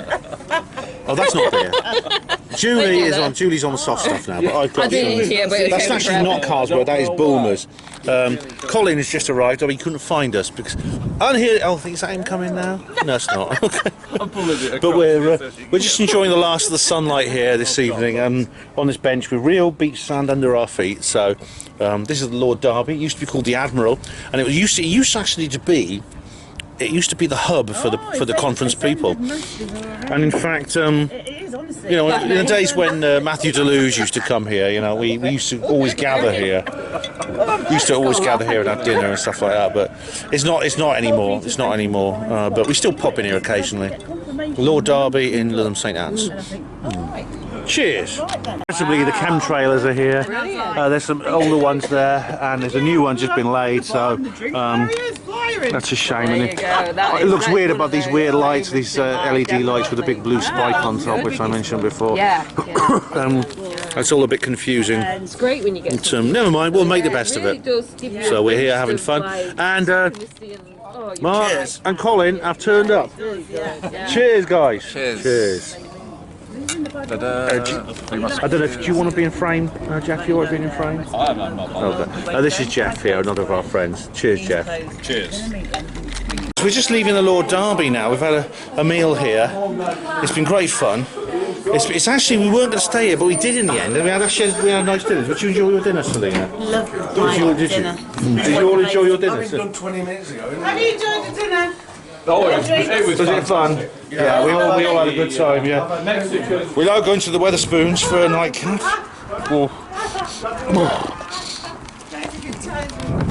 And St Anne's comes alive at night. No, it doesn't actually, but we're going there anyway. What's that caravan for?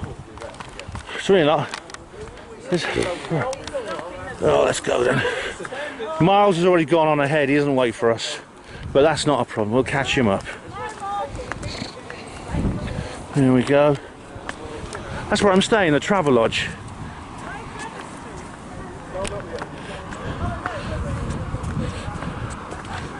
Right. It's been a good day. Julie's gone home. She lives near here, but she's headed off home. Okay then, ladies and gents, crossing over the road. Just give you a shot up the little road here, up the high street here, with all the decorations. Very typical of this town. There you go. Hey, well, good morning everyone. It is Sunday morning now, the second day of the Probe conference, Probe International Conference. I'm sort of getting ready to head to breakfast, and what I'll probably do is I'll go to the Wetherspoons, which I went to yesterday. Which I'll show you a bit of that, but I know you've seen a Wetherspoons breakfast, haven't you, before? I'm going to, they always do, it was worth doing, good value, nice breakfast they do. Yeah,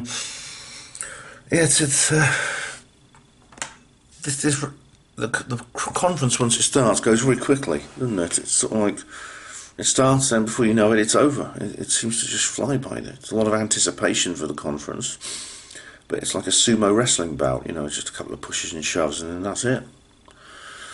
But I'll make the most of it while it happens, and then this evening there'll be the usual feelings I get, the post-Pro Blues thing, this evening and tomorrow. But I'll go through my souvenirs and I'll show you that I have some interesting things to sort of allow me to decompress back to normality.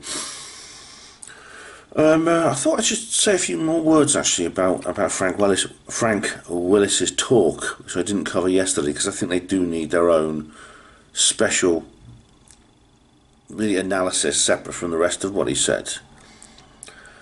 While he was on stage, among all the other things he talked about, he decided to address a personal issue, a personal conflict he's had with somebody else. Now, this person is Larry Warren. Of course, this is well known. In fact, we covered it before.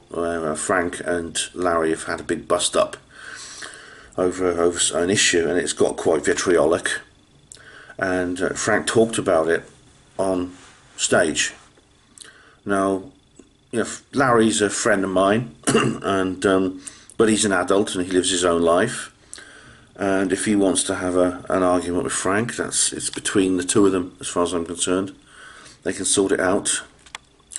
However, Frank said something which I think needs to be addressed, and he said it in front of everyone in that audience. I don't know if this was recorded. I don't know if there's I didn't see any cameras about. I don't know if there's an audio recording being made of this, but this could well go on to the record as part of the Probe speaker's contribution. Now, as I've been a speaker at Probe a number of times now, and I know that they don't have an editorial stance on any issue. Basically, the speakers can say whatever they like. However, the speakers therefore take responsibility for what they say. They're accountable for the content of their talks. So that's basically the position of the management of Probe, from what I gather, from what I was told when I was a speaker. And I think this, from as far as I can tell, from what I've gathered, this still stands. So this is Frank's business, it's up to him, it's not an issue with the Probe management. But what he actually said was, he actually made a factual claim. He said that he'd spoken to Colonel Charles Holt, Larry's commanding officer in 1982 in the US Air Force, and that Holt told Frank that Larry had been asked to leave the US Air Force because he'd been caught on the base dealing cocaine. This is the first time I've heard this allegation, actually, which is surprising, because if it happened, because Colonel Holt has said so many horrible things about Larry, I would have assumed that somebody would have dug it up before, or Holt would have said so before, and that other people would have dug it up and publicised it. This is a brand new allegation against Larry. Firstly, I could say it's not true. it's false. I don't know who made it up. I don't know if Frank concocted this, or whether it was Colonel Holt who fabricated this and then told Frank. I don't know. It's a hearsay that could come from either of the men. It is false. Well, let's look at the facts. If a US Air Force airman was caught on a military base dealing cocaine, they wouldn't be asked to leave the US Air Force. They would be arrested, they would be court-martialed, and they would spend many years in prison. And they would have a criminal record. As simple as that. It's a very, very... using drugs, even using drugs in the military in most countries, I think will get you an immediate jail sentence and a dishonourable discharge.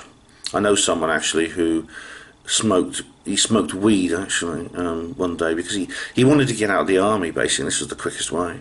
He'd applied for demobilisation and it was taking too long, so he just smoked a bit of weed. He said he's willing to do a few months in the pen, as they call it, or whatever the name they give for it, the military prison, and then just get kicked out. Dealing, that is not just using the substance, but selling it to others, is a far, far more serious offence. And you would get jail time for that, definitely. So it's not true. So I mean, for all the people in the audience who are watching that particular part of Frank's speech, it's not true. It's a lie. Whether it's Frank lying or Colonel Holt, I don't know, but somebody is lying. I'm in the trawl boat, which is the perfect place to have breakfast. You can have breakfast here, and I've got the disclosure team on the earphones, so yeah, I'll have a relaxing breakfast. This is the trawl boat in Lytham St Anne's. I very much recommend it.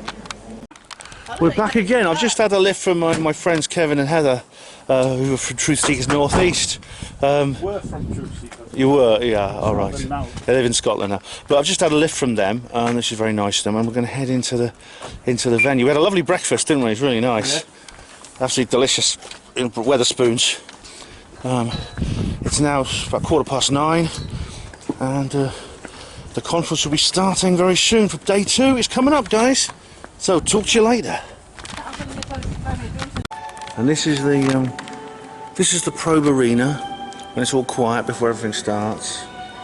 Julie's here anyway. Julie's here bright and early. I am, yes. Yeah, good old Julie, very dedicated. And Paul is just establishing the event. I slept very well last night, but obviously somebody else didn't. So they're making up for it now. We actually got here before the receptionist, but I do have my purple band, so no one's here yet, so it's all nice and peaceful. We're listening to relaxing music. I've got some good news for you guys. Breaking news. I'm speaking at the Basis Project Conference. I managed to twist Miles's arm, and so he says, alright, I'll let you speak, but no more of this fucking Roswell crap. It's been done to death. And I said, alright then. And luckily I have a completely new presentation I've not done before. So I'm going to send Miles my blurb over, but he says I can speak on the Friday evening. Yes, so please do get to the Basis Project Conference where I'm speaking. In college, what's on the other side? Oh, it's the gender study professor's apron. Oh my God! And I got to admire Neil's T-shirt for a moment. Daddy, you're as brave as Captain Kirk, as strong as Mr. Spock, as smart as Dr. McCoy, as funny as Scotty. You're a favourite Starfleet captain. Oh, it's a lovely thing. I'm a Father's Day thing. Did your daughter give you that? Yeah. This is Neil Geddes Ward. I know you're about to do a talk, aren't you? I am doing a talk here. This is my second talk at Probe. The last one was about 6 years ago, so this is like a follow-up talk. So this is more encounters with fairies, ghosts and spirits. I have done this at Truth Seekers North East. Hello, Truth Seekers North East, if you're watching. And so this is like a sequel talk to that. But I've had to trim this talk down, especially for Probe, for their hour slot, because they have an hour duration approximately for each speaker. So normally this talk is about 1.5 hours to 2 hours long with questions and answers and things like that. So this one is approximately an hour-ish. Oh, great! I'm looking forward to hearing about this. I've heard this talk before, but yeah, I'm sure that you probably imagine you'll put some new stuff into it that you've not done before. Yeah. I'm putting a few clips in. There's also a short clip of myself and my partner with another duo communicating with my mum via a board. The other duo called it a spirit board, but everybody else will call it a Ouija board. Funny enough, we've just been having a conversation out in the room there with someone about Ouija boards and are they dangerous, blah, blah, blah, blah, blah. And I said, I think it's like a level of responsibility with the Ouija boards. It's like a car can be dangerous if you're blind drunk and getting into it and behind the wheel and you can kill a load of people. But it comes with a sense of responsibility, and like a scalpel can be extremely dangerous, but under the hand of a skilled surgeon who's trying to do some good with it, someone can come out well with it. So I think it's a bit like the Ouija board is a communication tool, and just like the internet, you can communicate with anybody, and people will try and pretend they're other people, but sometimes you do. I think that there are positives to it as well as negatives. So yeah, exactly. I mean, as you know from my last Truth Seekers Northeast video, I've used the spirit board as well. They do. David and the other do good spirit board sessions. Yeah. Oh, great. Well, Neil, I'm looking forward to hearing your talk. Have you enjoyed yourself so far at Probe? You were here yesterday as well, weren't you? Yeah. I was interviewing people myself, like yourself, Ben. Yeah, I'm going to be on Neil's video. Yeah, and I was interviewing Guy, who did the last talk on What Radiance, and I listened to Tony Toppin yesterday morning. Who else did we have? Forget the names of the people now. But yeah, it's all good. It's the reverb of the hall, because it's in a sports hall, because it's a YMCA. It is a problem for people to hear, and I think you really have to be right at the front to hear the speech carefully. The acoustics are a bit of a problem. You can end up with a lot of reverb bouncing around the room. It's a shame about that, but it's just one of the sort of... It's always been our problem, yeah. Side effects of the hall, really. Yeah. But you've also just uploaded a new episode of the Paranormal Peep Show, which has a very illustrious guest, I hear. Yeah, someone who's not in disguise. That's right. Yeah, so this illustrious guest came on talking about their experience at OLM conference. We did, yeah. We had a great. It was good fun, actually. We were talking about.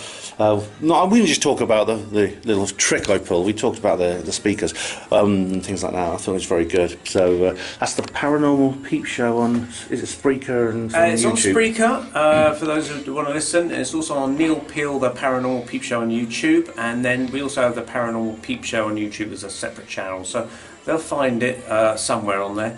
I'll certainly be posting this video, and you'll be posting this video on yes, I will. I mean, I will.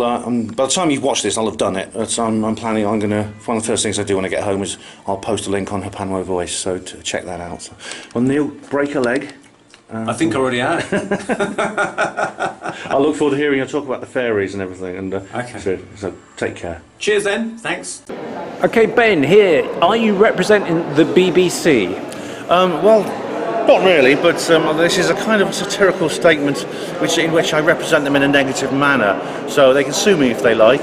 Okay, but now you've come here as yourself, not in disguise this time at the Probe conference. No sun hat, no sunglasses and couth mask, that's right. This conference is going to be a bit different from the last one I attended, where I did have to go incognito. And how do you think that went down? There's been a bit of controversy surrounding that. Well, my friends love it and my enemies hate it, which is exactly the response that I wanted. Okay, cool. And what have you found interesting so far on day one of the Probe conference? Oh, there's been some excellent speakers giving out some very interesting information. Tony Topping, who I know very well and I've been seen speak numerous times, he gave a very, very interesting talk about his experiences with aliens, with extraterrestrial contact. That's been a big part of his family life. And he also provided some information from a Russian called Igor Karin, who supposedly has pictures from a parallel universe. Now, this I find very, very interesting indeed. Not least because in this parallel universe there was a big pyramid built in Trafalgar Square instead of a column for Nelson's column. And it turns out that it actually was shortly after the Napoleonic Wars. Architects did have a plan to build a pyramid in Trafalgar Square, which did not come about. I found this independently from a website called Unbuilt Britain. Unbuilt Britain. Right, cool. It's about architecture that never was created, and they've reproduced it in animated form. Okay, now I'm going to step back and do a wide shot without falling over. So, there we go. And now, that's it. So just point again down to your BBC shirt. Just point to it like that and look down at it. Okay, take your finger away from the B. That's it. That's it. Okay, now look up. Okay. Okay. So this is the first Probe in a few years. What do you think is different? Anything different about this Probe conference to previous years? There's a new organising team because sadly Sam and Jean Wright have passed away now. Jean died a few years ago and Sam died earlier this year. However, his son Paul has taken over with his team to recreate this conference, to resurrect it from where it sadly had been left to die. The problem, the announcement which was made in 2019 that the last Probe conference would take place in the spring of 2020, this was eventually cancelled, and it was very sad. I'd given up the idea that I'd ever see this place again. And then Paul announced that the Probe conference was returning under a new, well, it's not a new brand, it's a new management, but it's going to be basically like it was before. The community has been brought back together, speakers, venues, stalls, and the conferences. I mean, this is a kind of pilot conference. It's a tribute to Sam and Jean Wright.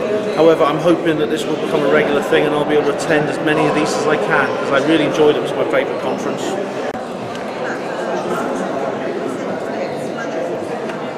Can we please welcome Guy, leader on stage, and he's going to talk about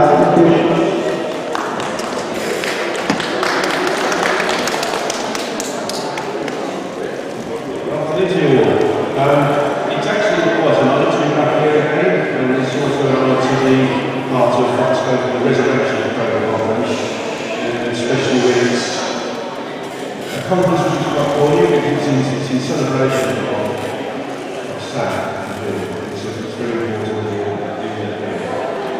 and although I've done this presentation before, lost some years ago, and it's quite important because it does bring together the aspect of spiritualism, or should I say, the understanding of metaphysics and the energetic, and what aliens are. So it's quite an interesting presentation. So what we're going to go through is the four genres alien form. Well, I think it's form, factor, or body type. The three types of vehicle or method of transportation they use, where they're located, and then we're going to do the reason for abductions, why we have alien abductions. There's a couple of reasons for that as well.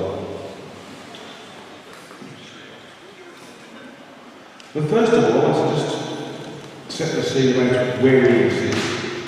And theoretical physicists don't understand this. That is that we live in a multiversal environment.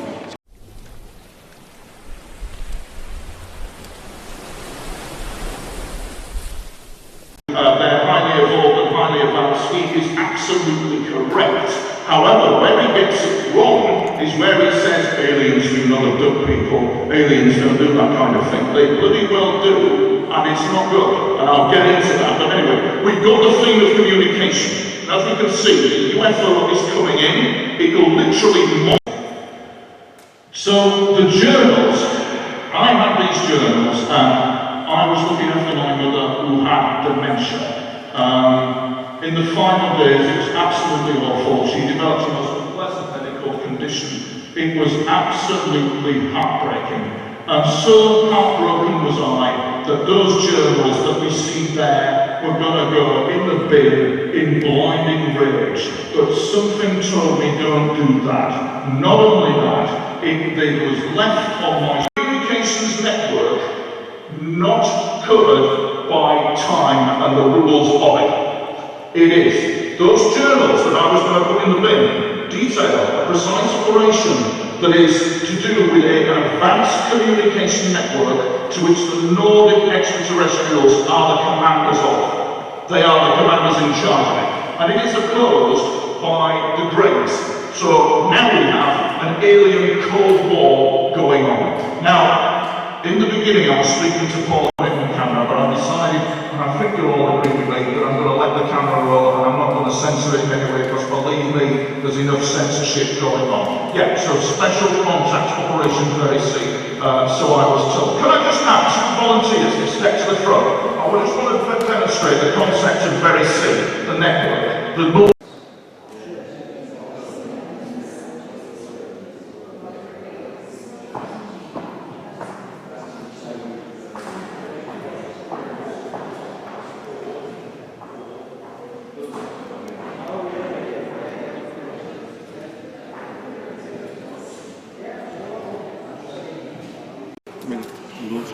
It's alright. It can't be seen. It's okay. It's alright. You've got to look natural when you're eating your sandwich, you know. It's a delicious sandwich. Free? Oh. No, I know. I don't know what made me think you said gluten-free there. No, it's just a bit of nonsense, basically. We're going to mug you if it's gluten-free. No gluten-free here. Guy. So here we are at Probe. So what are you talking about at Probe today? Well, it's quite interesting because the lecture I'm going to talk about is about aliens, but it's going to give a completely different slant on what aliens are, in so much as it ties together the idea that we are souls or sentience and energy incarnate into a body, and that we don't just incarnate into these bodies.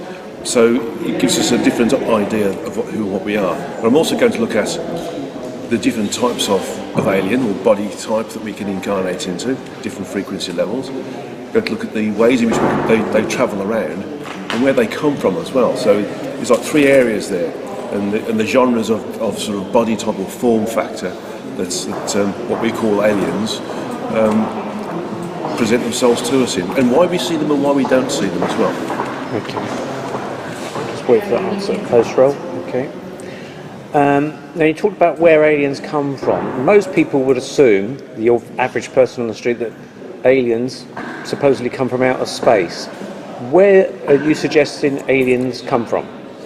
Well, there are aliens that are already here, but they're just at a different frequency, well beyond our sort of,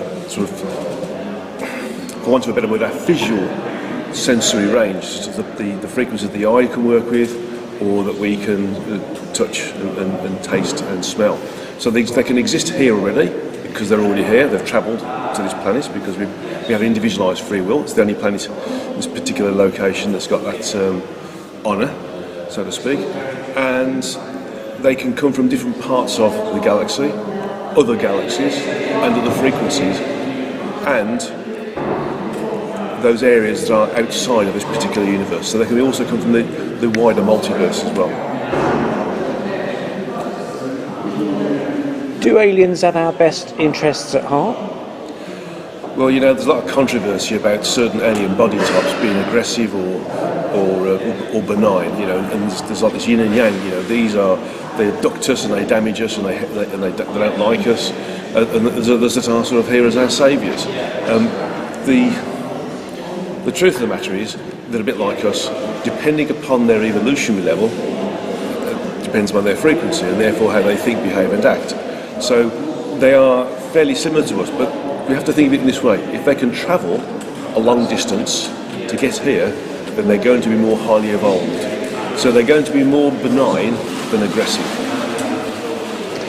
What would you explain as the abductions? People claim to be abducted and fiddled with, for want of a better word. What would your explanation be for that? Now that's part of the presentation we're about to give. So it's very interesting because there's two main reasons for this. One is that there is a pre-incarnation, shall we say, an agreement to have the particular human body that they're working with or incarnate into monitored by another civilization, because they may have worked with other souls and that soul maybe, as with them, they've worked in this particular location, this particular frequency, this particular body type, and they've agreed to come back into the earth to say, okay, you can use my body, like taking an animal out of the wild, you can monitor its blood pressure, its temperature, its respiratory rate, how its body's coping with the environmental changes, how its body's coping with the frequential changes. So it's almost like they take us out of our environment as a pre-incarnation agreement to see how the human body is coping with the changes here. The second one is that we don't always have a single incarnation as a soul. Because we're sentience and energy, we can do many different things. And provided we incarnate into a higher frequency body or form factor, we retain a lot more, shall we say, communicative bandwidth between who and what we are and where we are from an incarnate perspective. So that means that we're in contact with our, for want of a better word, higher self and other entities of a higher frequency as well. Now with that allows us to potentially detach a percentage of our sentience and have a secondary incarnation. And that secondary incarnation can be in a human body, for example.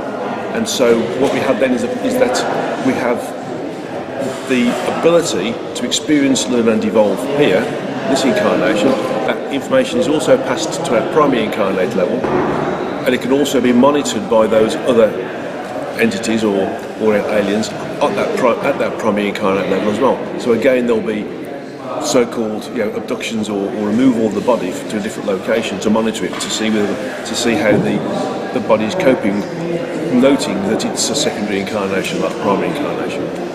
Okay. And what about the idea, for instance, there's crashed sources? Is that some psyop, do you think, or is that real? Crashed craft.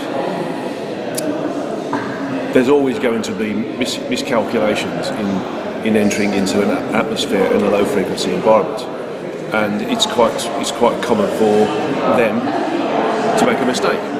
So they can make a mistake, they can get the interaction wrong in terms of how the craft work with the magnetic field of the Earth. They can come out of the frequencies that they're using to bypass the distances that we have in the gross physical, and get too close to the Earth and have a stronger gravity field than they expected, and then therefore they crash. So there is plenty of crashed vehicles of all sorts, not just the archetypical flying saucers, so to speak. Okay. And so with the governments of the world, are they really, in your opinion, remaining tight-lipped about what they know about these entities? Yeah, I mean, there's all sorts of conspiracy theories about that, but there are definitely worldwide examples of interaction with some of these entities that are at higher frequency or our levels of frequency, and the thought process that they would cause mass unrest or frighten us all on a global perspective is one of the things that they try to control. On the other side, governments like to have power, don't they? So when they take these things, or they take technology from crashed craft, or the communication with other entities is withheld, it's because they want to have a level of governmental or country-based one-upmanship with another country on the planet, which is a pretty low-frequency thought process, because we should be sharing everything together, really. So it's almost like industrial espionage, isn't it? They keep the secrets to themselves because they think it can benefit them. But at the end of the day, most of it is trying to reverse engineer what's there and see how it works. And there are some things that we've got now that are a product of some of the technological ideas that have been gained from some of these pieces of technology that's been left behind, or they're crashed or still intact, or given to us, for example.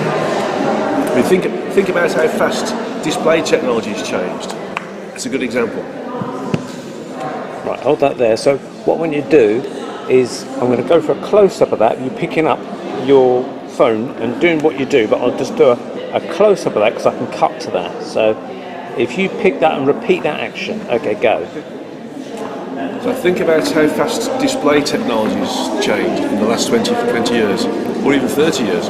We've gone from really quite, shall I say, rudimentary technology with cathode ray tubes to flexible displays based upon basically ink, which is what organic LEDs are. That's a quantum leaping technology, isn't it? So now I'm going to ask you a question. What about the spirit world? What's the connection? Is there any connection between aliens, ETs, and our afterlife area? There's always a connection, and actually that's part of the presentation, because I'm going to show that in real terms, aliens are just a body, like a motor car. If you think of the human body, if you think of us now as being a soul or sentience and energy, and we need to experience or move from one point to another, we go into a motor car, don't we? Well, the soul uses the body as the same sort of thing. So when we move into a body, we experience, learn and evolve in the environments that can be experienced in that particular body type. So if it's a human body, it's a human body. If it's a different body in a different location within the galaxy, it's one that supports that. It could be reptiloid, it could be something which exists underwater or in liquid hydrogen or something. It could be something that only exists in a gaseous state. It could be something that exists in a completely different frequency in a completely different galaxy. We use bodies to experience different aspects of the physical universe in all of its frequencies. And so, if we understand from the spiritual perspective that we incarnate into these bodies, then there's the link between aliens and spiritism. Because it happened in my house, and because it was in my house, I weren't for having it. I don't care who anybody is or whatever they are. If it's my house, it's my house. End of story. So anyway, the guy, he went, and I never saw him again after that. So I think he was aware that it happened. And I heard from one of the other women in the group at the time that she was having an affair with him. And he shape-shifted while he was actually making love to her, which freaked her out. So that was like confirmation that what I saw was real. Now that really did lead me to, what do the aliens want from us? And I started looking at alien abductions, reading John Mack, listening to other people, their experiences.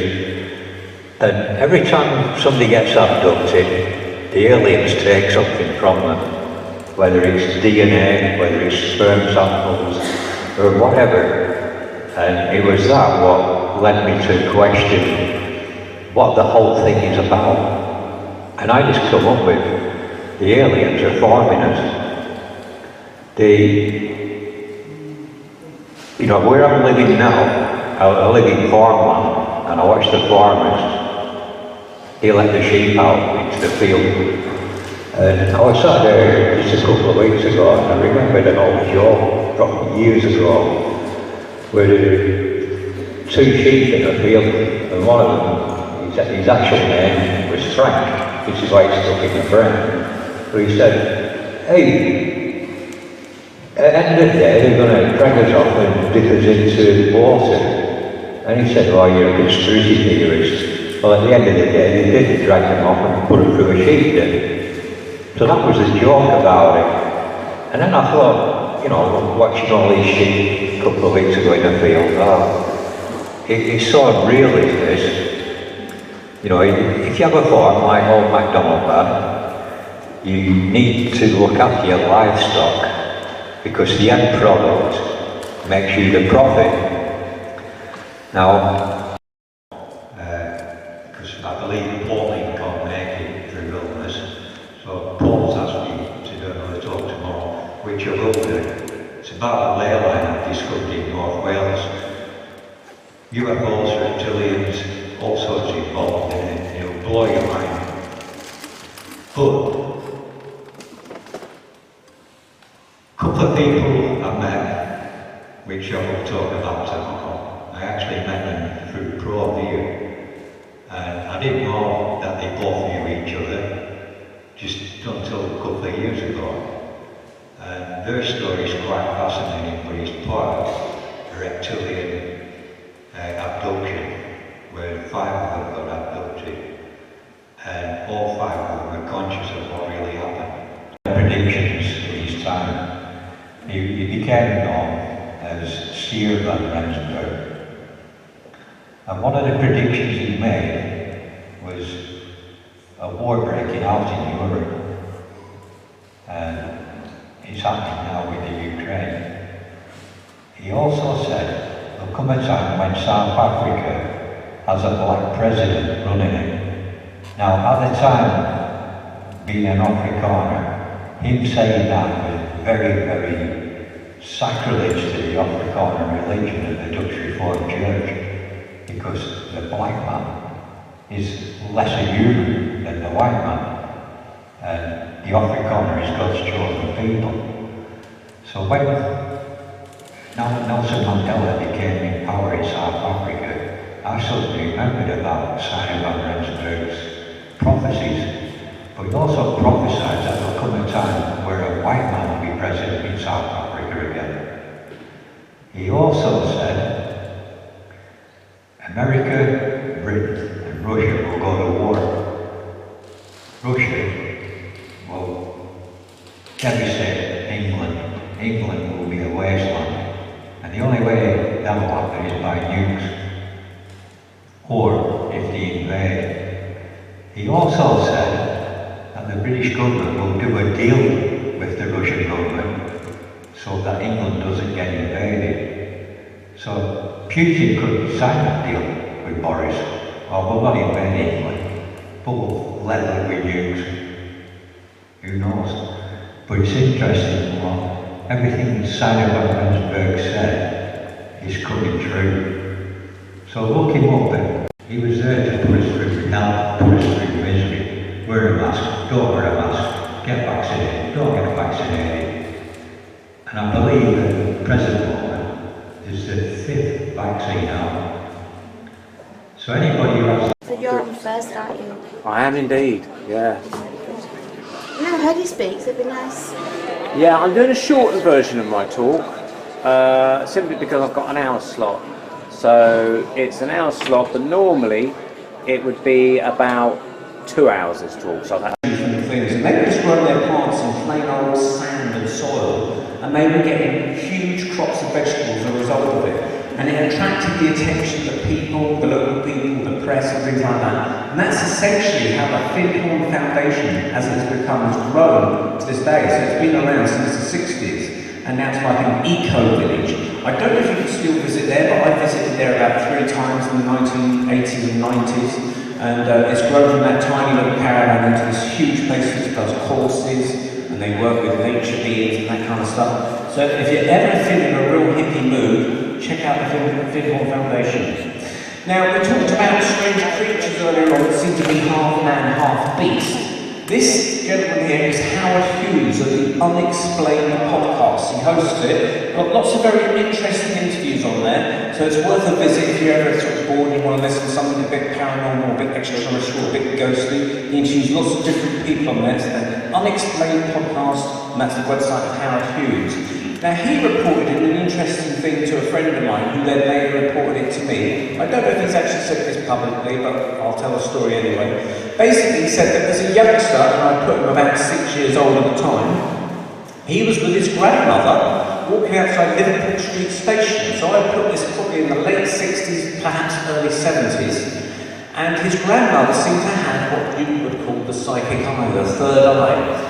And she had spotted something walking down the street, but she didn't want young Howard to see it because she must have known that he had had the psychic eye too. And she said, "Don't look over the road." And of course, as a kid, you look exactly over the road. And what he saw, and he still believes it to this day, he said he saw a centaur being at the train station, walking down the road. So we're talking about a man that appears to be half a horse or half a beast with a human body. Now, that seems really peculiar, but no one else could see it. It was only Howard's grandmother and Howard himself that seemed to have this ability to see this kind of creature. Now, and so she said to me, she goes, "I'm so glad you've spoken about these strange creatures," because she goes, "I thought I was going mad." So what I told her had actually kind of rubber-stamped her own experience. And there seems to be an awful lot of people that have seen half-man, half-beast creatures, call them what you will, but maybe it's where we get in our legends from. We have these legends of these creatures, and so there could be some substance to some of these stories where these creatures are crossing over into our reality, and sometimes we can peer into theirs, only briefly. Now, centaur beings are not just limited to railway stations whilst they're waiting for their train to turn up. This is St. Louis Archway, and it's what they call the gateway to the West in the United States of America in St. Louis. It's when the wild frontier was being explored, and that all the cowboys have got to this point, and it's called the Wild West, and that's where they were going to go. And this archway marks that point of where the West became the Wild West. Founded by 2 guys, I can't remember their names, but it became known as the St. Louis Archway. And you can actually go up to the top of this structure here, right at the very top. There's some windows, and you can actually walk, and it's like from here to here, and you can walk and look out the thing. I've been up there in the lift, and it's a fantastic view. Now, someone...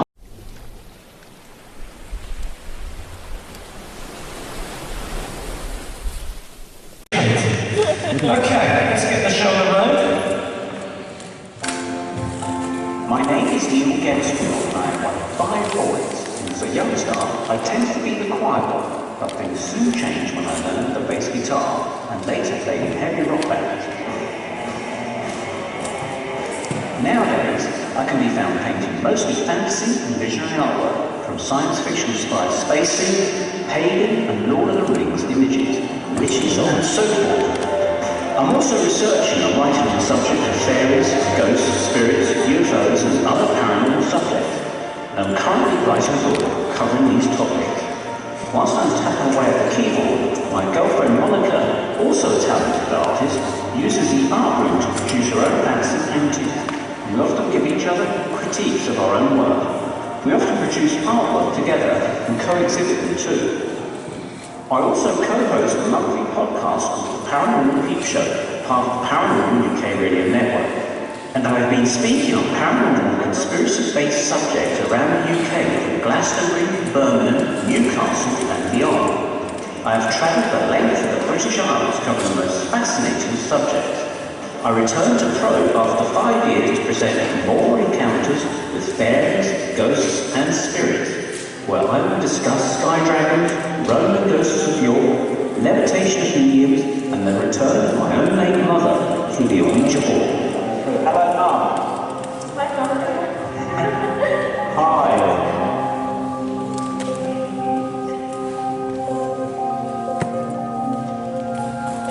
Neil says I can record this if I want, so I'm going to.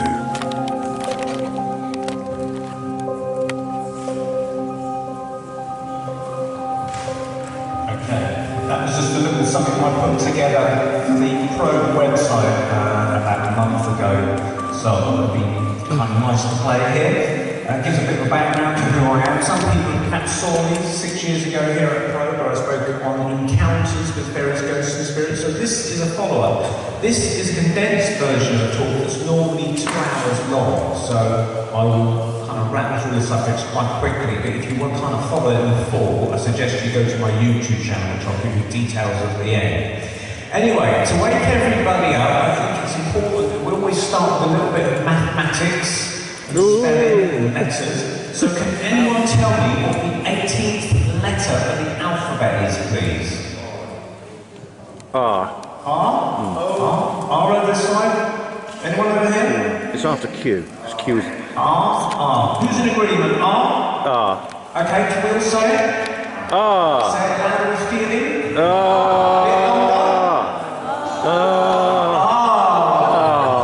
Where we go with this mathematics, yeah. So that's me. That was easy to work out because, of course, we all know that Q is the 17th letter of the alphabet, don't we? I was woken up by a strange man, plonked on the sofa, and a flash went off in front of my eyes, and I've been disturbed ever since.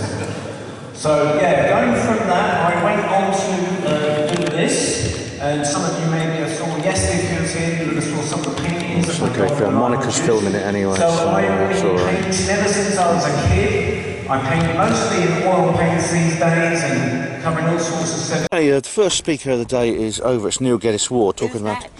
It's Frank Willis. That's all right. It's okay. I'm talking to my friend Denise. That's all right. He talks about these all kinds of things. Fairies.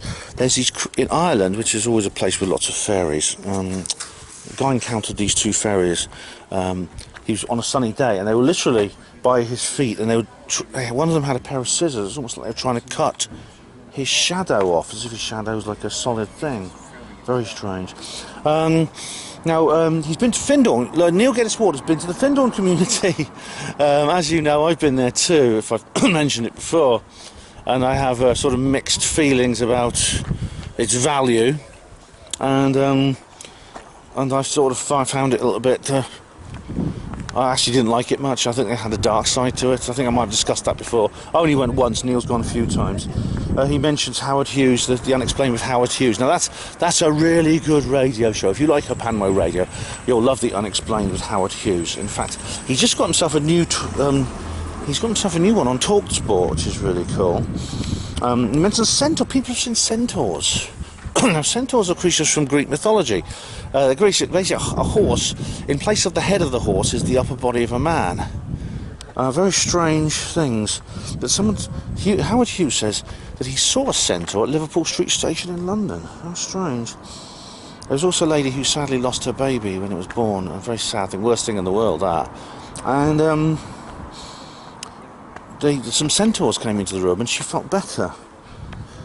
And there's this big, huge ornamental bridge in USA, St. Louis, Missouri, called the Gateway to the West, and some centaurs were seen there. There's a ghost in a bedroom, a guy who was a fireman who channeled the ghost of a surgeon from the 19th century. Ouija boards. Now, I know Ouija boards are controversial, and I've mentioned them before because they used, well, in Truth Seekers Northeast, they used the word spirit board to get away from that negative connotation. I believe that as long as you are trained to use them and you use them properly, they can be good. Neil uses the analogy of he says a car, a car can be dangerous if you get drunk and then put on a blindfold and get in and start driving. It's very dangerous. If you're sensible with a car, it's not dangerous. And seances, he mentions Leslie Flint, other sort of psychic physical mediums, the famous the plumber who saw the Romans in the cellar in York. You may have heard of that one.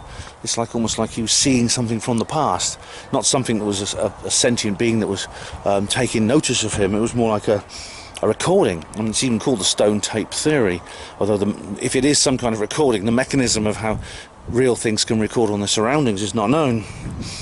But these Romans. What's funny about it is he doesn't describe the Roman soldiers as being what you'd expect them to be. If he was making it up, he'd make them sort of like having armour on with red tunics and big square shields. These didn't. These guys had little round shields, and they didn't have like their swords. They had like small daggers, and it turns out they were a different unit. And it was years later, he didn't know anything about Roman history, but a Roman historian identified them as the particular unit they were a part of. Now, TV, you may have seen the film White Noise, which is very good about how ghosts can be detected using electronics and a television. Now, indeed, this has happened many times. The film White Noise, as I say, is well worth seeing. Now, I don't know if Neil's aware of this, but the television itself as an invention was created as an offshoot of psychical research.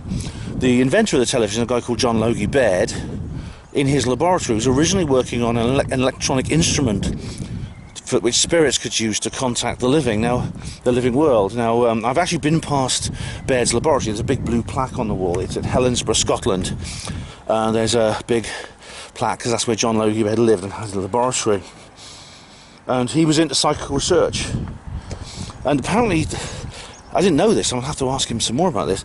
They've been using MRIs, magnetic resonance imagers, to communicate too. Now this is a massive instrument, a huge magnetic instrument which can take images of the inside of the body. It's a kind of X-ray, but uses a different method. And a lot of hospitals have them. The John Radcliffe had a big MRI centre, and I'd never heard that myself from anyone who was there. CERN, the European Nuclear Research Centre. Now, he said that apparently the ghosts have been appearing in that. I can well believe it, seeing as they're opening portals to other dimensions. Yeah, stick that in your pipe and smoke it, Professor Brian Cox's head. Now, I know that there was something found inside this machine called the unidentified lying object. A solid object was found inside the machine, just a tiny one apparently, microscopic. But it was in an environment in which there should have been nothing, because it was inside the perfect vacuum of the chamber. And so that's very. I didn't hear about that. Hiya, how are you? And there was a bus driver as well. Now this is very strange because there was a bus driver. I was just doing my little report. Oh yeah, well I thought that's what Yeah. you know that photograph I took of the Yes. Oh dear. Oh, like problems with photographs in that corner. That's so odd. I hope at least it didn't come out with a strange distorted face or something. Just nothing. Oh, I wonder what that is. Are you going to go and see the doggy? Sorry. All right. Okay. I found that very interesting. Did you? Okay. Doing your report. Sure. Yeah. Robert Holst talked about this guy he knew, who's a guy from a bus driver. Anonymous, but he saw ghosts in his room and he ended up wearing the clothes of the ghosts. Thanks, all right, no problem, Anne. Right, I'm going to go and see the doggy. Okay, see you later. And he talked about levitation and things like that. And now, funny enough, And there's even this thing called soul phone. They're trying to, some people like Professor Gary Schwartz and Leslie Kane are trying to make it a kind of normalised thing for communication with the afterlife. And indeed there were cultures in the past where, you know, ancestor placation or something was quite commonplace. It was just accepted part of life. And I think they're hoping that we can maybe return to that kind of position now. Funnily enough, I had a very weird experience while I was watching Neil. I'll tell Neil about this. I was just sitting in a seat, sitting in the chair watching Neil, and I felt someone blowing on my nape. It was like, I felt like air, someone blowing on my nape. And I looked over my shoulder. There was Dave Moncur was sitting behind me. In fact, I'll tell him this, Dave. I'll just tell Dave this. Hang on. I could. Dave, can you tell me something? Did you blow on my nape at any time during that talk? No, I did not. Right, thank you. He was sitting behind me. Somebody blew on my nape. Dave was on the other side. I kept myself. Oh, sorry, that was someone. It must have been someone else. It was someone who looks a bit like you. Yeah. Someone blew on my. I don't care. I'm not kidding. Someone blew on my nape. Yeah. They went. I could feel it. I turned around. There's no one there. Like the ghostly experiences in graveyards. It's weird. This happened to me before. In this case, it was someone talking in my ear. But I'll tell. In fact, I'll go and tell Neil about that. Actually, but I think it is an interesting area. As ghostly experiences in industrial buildings that are very recently built. Yeah. I think that they do happen. Yeah, it's a very, very strange thing indeed. Yeah. So, oh boy. Well, thanks, Dave. Yeah, it was some other. I've forgot the name of the guy. It was someone who looks a bit like you. If anyone looks like you, but yes. I'll go and just find him and ask him. But I did look immediately behind me. He was sort of sitting back. I don't think it was him. Yeah. Yeah. There is this modern built block, but I can't remember where it is. Maybe Newcastle. Somebody died, but it's all totally 100% modern. It's absolutely spanking clean.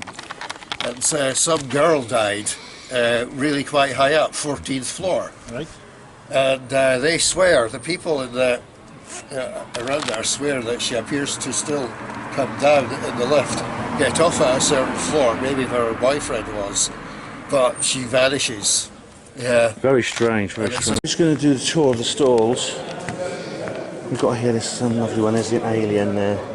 The good old Sam and Jean, bless them. These look nice, yeah? These are nice. Alien key rings and strawy ones. And we come over to here and this is Tony's stall. I actually got a book from Tony's stall. I actually got the first edition of the first of Richard Dolan's UFOs in the National Security State. And we've got here a couple of other books here from Tony. Yeah. These are, yeah, but I mean, we just haven't had time. I'm so busy because I've got a full-time work gig going on as well, so I'm so busy. I would have liked, I mean, that's a fine example. Guy's store over there is a fine example of the store, but next time I'm here, we'll get the banners. Exactly, yeah, of course, not always possible. Did you like the talk? It's a radical departure from... Very much, Tony. Yeah, the stuff about the interdimensional pictures was very interesting. It was interesting. I look forward to seeing it. And as I say, when I first came to Probe, I didn't have a clue how to use PowerPoint. And my battery fell out on my laptop and I thought it was a disaster. I was nearly in tears and his dear father said to me, come back again. He said, come back again and do it again. He says, till you get it right, I want you back. Yeah. I was very privileged and it's a privilege to be here. Yeah, I was actually there when your first appearance in 2007. Yeah. 2007? It was great. It never was. It was, yeah. This is the guy behind Probe, Paul. Thank you very much for a really good conference, Paul. I really loved it. It's been good. It's like we said before, basically that was my dad's last wishes. And he basically said to me before he went, I hope you're going to carry this on, and that's what we're doing. Oh, you've done him proud, you really have. Yeah, well, me and my brother, because I thought it was a bit too much on my own at first, because he's more the media tech guy than I am. So I just said to my brother, Dave, do you want to do it? And he said, yep, so this is what we're doing, and hopefully now we can build it up a bit and sort of like get more people back into it, because we all know we've been shut away for a while, so now it's like, let's open up and get more people out there. Yeah. Do you like this I know this is a kind of pilot sort of tribute conference. Yeah. Would you like this to become a regular thing? Oh, definitely. I've just been talking to a couple of people where this is why I've been tapping, I'll probably tap myself up as well as Tony, about taking it on the road. I'll be glad to, yeah. It's the sort of thing that I think, we're trying to reach a larger audience, but sometimes you have to go to them, then come to you. Yeah. So if we can do something like that, and the people I'm talking to have all expressed interest, so if that's the case, excellent. I'm trying to feel out now where we can do this. Yeah. You know, up and down the country from north to south. I mean, I'm not actually going to put on a road show. I don't have the money for that, but if I did, I definitely think that would be a good one. Well, hopefully anyone watching my video will be encouraged to come to future conferences. What's your website for this conference? Well, the one we're on now is the Probe International one. It's the, you know, if you go on to probeinternationalproductions.com, you'll see that on there. And we've trying to encourage people to look in for updates.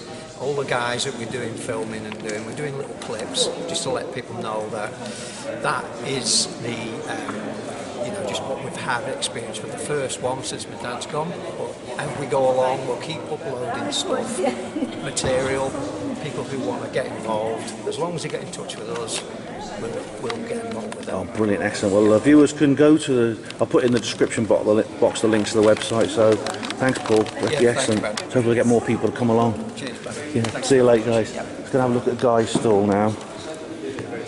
This is Guy's material here. The Great Reality. Yeah. Importance and ribbons. Sorry to interrupt, but you were sitting behind me, weren't you? I've got a question to ask you. Did you at any point blow on me? No. Right, thanks for letting me know. Just the thing is, can I put you on camera? Is that all right? Yeah, fine. This gentleman was sitting behind me. What's your name? Alan. Alan. Sorry, no, I forgot it. Sorry. When I was watching Neil do his talk.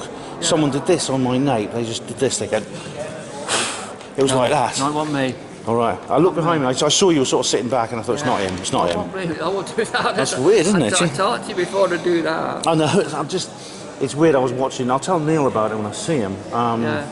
But I distinctly felt someone blowing on my nape, and I turned around to no one. I told Julie, my friend who was sitting beside me, and it's weird. I was talking about ghosts and stuff like that, and suddenly I feel them blowing on my. It was definitely someone really quite strongly blew on the back of my neck. Well, I was sitting behind you. Nobody came in front of me, so it was no. Thanks for letting me know, Alan. That's interesting there for you viewers. That's an interesting bit of material. I'll just show you Guy's books here. And Guy did it. Hello, Guy. Hello. Thanks for doing the interesting talk yesterday. It was much appreciated. Well, thanks for staying, and I hope you've enjoyed it. Very much. The details behind it. It's a different concept for people, but I feel, based upon my work, I think it's accurate. But there's that many slightly different viewpoints that we have to look at that big picture at the end, and then sort of harvest out what we feel is correct for us, and stitch it all together to get a picture. Stuff about the frequencies and things, and these are your books. Oh, thanks very much, Guy. Thank you, sir. No problem.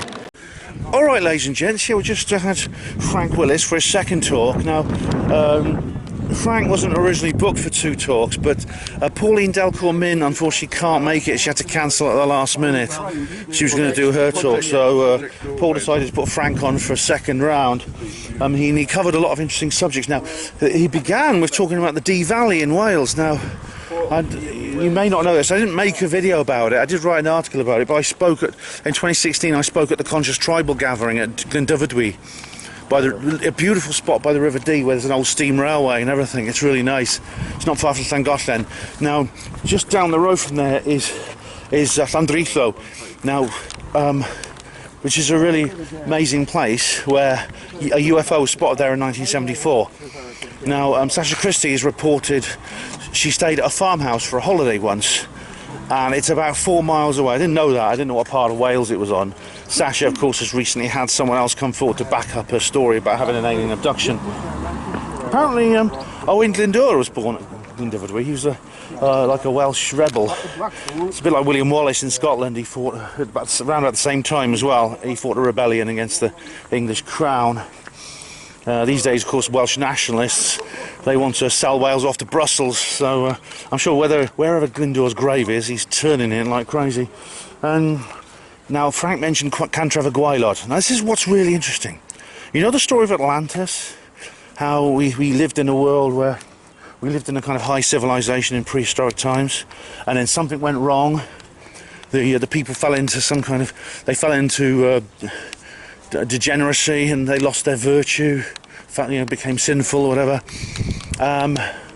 and the gods decided to destroy the civilization, usually flooding, usually, or volcanic eruption.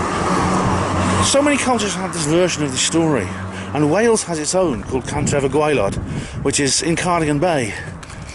There was an island where there was this high civilization, and it's almost exactly the same as the story of Atlantis. It fell into degeneracy, and it was destroyed in a flood. Of course, this could refer to real memories, folk memories of the end of the Ice Age, around about 12,000 years ago. Portmeirion, when you talk about Portmeirion, now this is like a kind of weird place with weird architecture. Now this was the setting for something called The Prisoner, and Frank refers to The Prisoner several times. The Prisoner is a series, came out in 1967. Patrick McGowan plays this unnamed character who's an intelligence officer who resigns. He goes back to his house and he's captured, he's kidnapped. Someone puts sleeping gas in through his letterbox, and he wakes up in a very surreal kind of prison camp called The Village, and The Village filmed at Portmeirion. And it's very weird. You don't know, everyone's got a number. He's number 6. No one has names. You can't work out whether he's one. The other people around him, you can't work out whether they're the inmates or the warders. It's very, very surreal, very bizarre. And the series is all about him trying to escape from the village. It's all very symbolic about real life and things like this. There's megaliths apparently in this area. And he saw, because there's so many UFOs in the Dee Valley, he saw a UFO in Glendovery. There's always this thought that maybe there's it's to do with ley lines. Bruce Cathy, the New Zealand guy, an airline pilot, he said that UFOs appeared on ley lines. St Celyn is near there too, which is an infamous site for Welsh patriots, because this is a place where there was an old village. It was actually the most Welsh-speaking place in Wales. It was it was supposedly the only 100% Welsh-speaking place in Wales. Although there are other places that are pretty close, like 80 to 90% Welsh-speaking, like Lampeter, where I lived. But Capital Celyn was flooded because a reservoir was built there. Reservoir to create water for English cities, and there was like a huge protest against it. But in the end, they flooded it. And he mentions the Freeman on the Land thing, and the Freeman on the Land issue as well, which he had experience with in court. The Detchmont Woods incident, Malcolm Robinson talks about that a lot. He says something very interesting about churches. Churches are often built on old energy centres, and that the ley lines often cross to form a geospiral, as it's called, at the spire or the tower of the church. This fits in exactly with what Lily Brunton told me about York Minster. In fact, we stood on the place where the energy lines crossed, and I felt very tingly, if you remember. I felt tingly, I felt energetic. He mentions he talks about the sense of being stared at as well. Like, if you stare at someone for too long, like that, they somehow know you're there. So if you're phrasing you're following somebody, or you're trying to shoot, if you're a soldier and you're trying to shoot somebody, right? He always says, just don't stare directly at them for too long, because they know they're being stared at. Rupert Sheldrake talks about the sense of being stared at. He talks about he's had problems with his social workers and kids. I mean, I've had that with my daughter. It seems every time there's a family, like a loving family, social workers come along and try to destroy it. And he's had problems like that, like I have. It's a terrible thing. It just seems like it's Sunday, isn't it? It's Sunday. He also mentions the fraudulent mediums issue. Like, if you remember in my video about Helen Duncan, my several videos about Helen Duncan, the Witchcraft Act of 1735 was replaced by the Fraudulent Mediums Act of 1951. But he makes a good point. If mediums are fraudulent, if there are fraudulent mediums, by the fact you qualify them as fraudulent must mean that real mediums exist under law. But of course there's no common law precedent for that, because the judge wouldn't let Helen Duncan perform in court. Yeah, I've covered why that might be. That was an interesting talk by Frank Willis anyway. I found that very interesting. I've lost my coffee cup. There must be. Oh, there it is. I see it. Let's go and pick up my. It's only a cardboard one, but they want you to reuse them, and they want. So I'm going to go and pick up my coffee cup, and then I'm going to go back to see Steve Mera. He's actually starting at 2 o'clock. I want to speak to Steve Mera. Actually, I want to have a word with him. I just want to ask him a few questions, like, what happened to On Stella? I mean, that's been bugging me for years. I must speak to him and ask him. Alright, ladies and gentlemen, we're in with the Victoria Pub. The conference is over. Steve Mera did his talk. I'll tell you more about that later. I'm here with David and Julie and Mark and Colin, whom we've all met before. Yeah, great. Thanks. It's been good, hasn't it? It's been a good conference. You all enjoyed yourselves? Yes, definitely. Very good, very good. Had a good time. Very good, very good. Well, we are now going to enjoy our final evening in St Anne's in a traditional way, probably with a curry or whatever else one wants to eat, and then time to go back to so-called reality. Yeah, they're all getting up for the old Jubilee there, I see. These old photos of St Anne's, you see. The Victoria celebrating 125 years, how about that? There's some more over here, see. There's a YouTube video of that tram, or one like it. These traditional views of St Anne's. Okay guys, so let's talk about Steve Mera and his talk. Hang on. He did an extra long talk. It was like a bumper 2-hour version with a little 15-minute break in between. And he talked about this thing he's doing called Project Doorway, which covers his own ideas about UAPs. Because he talks about the 5 observables, which ATIP mentioned. You know, maneuverability, speed, transmedium, things like that. I can't remember them all off the top of my head, but Lou Elizondo has mentioned the 5 observables. And I thought he was going to go on a bit of a rant about how it's all the secret space program, because he made a video about that recently where he talks about how the 5 observables can apply to secret technology as well. I mean, he does get into that later. He does get into that kind of area later, but that wasn't his point with this particular talk. He talks about the UFOs, poltergeists and things like that, and he criticises the original Project Blue Book files, even those who believed in the extraterrestrial hypothesis, because they didn't take into account stories people told about how after they'd encountered UFOs, very strangely, other things would happen along similar lines, such as poltergeists would often break out when they'd seen a UFO. I mean, we often think of the paranormal things like UFOs. We often think the paranormal things like poltergeists and ghosts and cryptids and stuff are separate from ufology. You know, you are either a ufologist and a ufologist, rather, or are you a cryptozoologist, or are you a ghost hunter?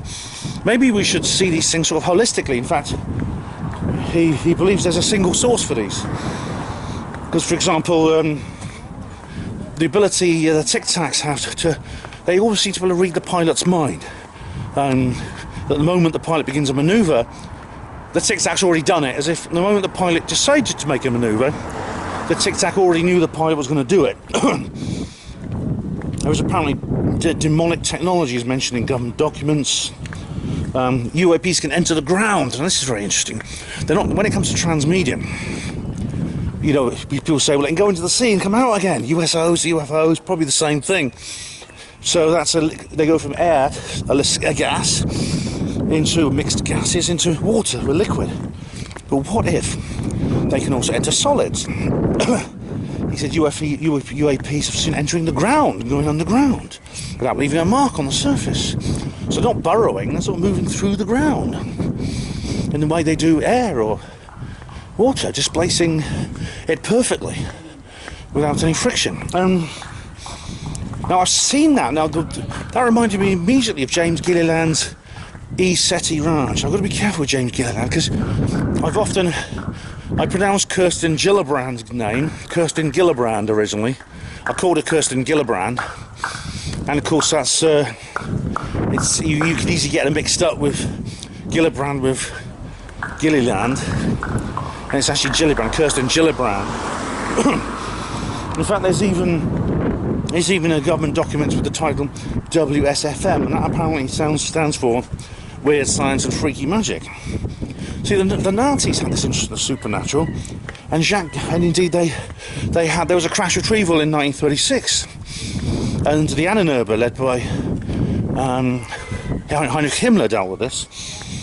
Jacques Vallée is a very interesting source on this, because he, from Passport to Begonia, he made this point about how they seem to be capable of more than just physical construction. There's their ability to alter nuclear weapons. Think they're in the very highest security. Nothing can stop them. You know, we can't stop them abducting people, for example. We can't stop them shutting down nuclear weapons. There could be now this will interest Rhiannon. There may be a connection between UFOs and the Hum. Sorry, just work my eyes a minute. He said, you know, maybe UFOs are back engineered. If Roswell happened in 1947, then how can we be sure that they haven't so completely back engineered them that we can't really tell theirs from ours? Well, now this is where this goes back to the theme of the video Steve made, where he did sort of say, you know, it's all secret space program is the whole be all and end all of the whole thing, which I disagreed with. Well, actually, he didn't say that. I'm misquoting him. Sorry, Steve. But he said he went along to this idea maybe they have completely back-engineered them. We can't tell them apart now. Which ones are the aliens? Which ones are the humans? And Richard D. Hall said this. I think we can, generally by their behaviour. They wouldn't be interfering, for example, if they were secret government technology. They wouldn't be interfering with a live fire capability carrier battle group from the US Navy. People get killed that way. Now Steve doesn't go the whole hog and say things like, well, UFOs aren't aliens, they're all secret space program, and the government say they're aliens to confuse people and make them lose interest. And I've covered before about how that's completely implausible. And not only by their behaviour, but their antiquity. I mean, UFOs predate even the invention of human aircraft. Also, you know, this idea, it's a very fashionable idea right now, promoted by people like Mark Pilkington, you know. You draw someone's attention towards something. You say, look, it's aliens, so look, it's not you have a spy plane, right? You don't just cover it up. You muddle it up. To quote Andrew Johnson, you draw people's attention towards this idea that it's aliens, and then they will never see that it's a spy plane. It's not a secret spy plane. Problem with that thing is, if you draw someone's attention towards something with the ultimate objective of deflecting it away, it could backfire very badly. I mean, imagine two bank robbers who rob a bank. One of them buries his stash under a tree in the woods, never tells anyone about it, keeps it to himself.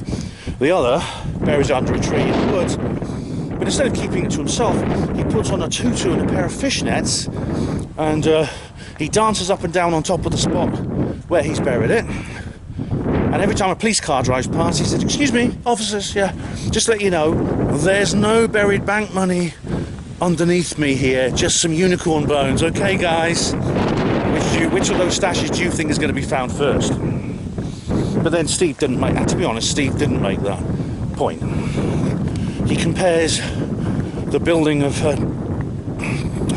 he says, well, they're bound to back engineer a UFO. It takes 2.5 years to build an aircraft carrier.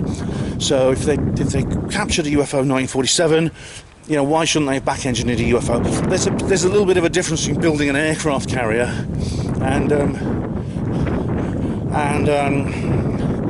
back engineering something completely new and exotic.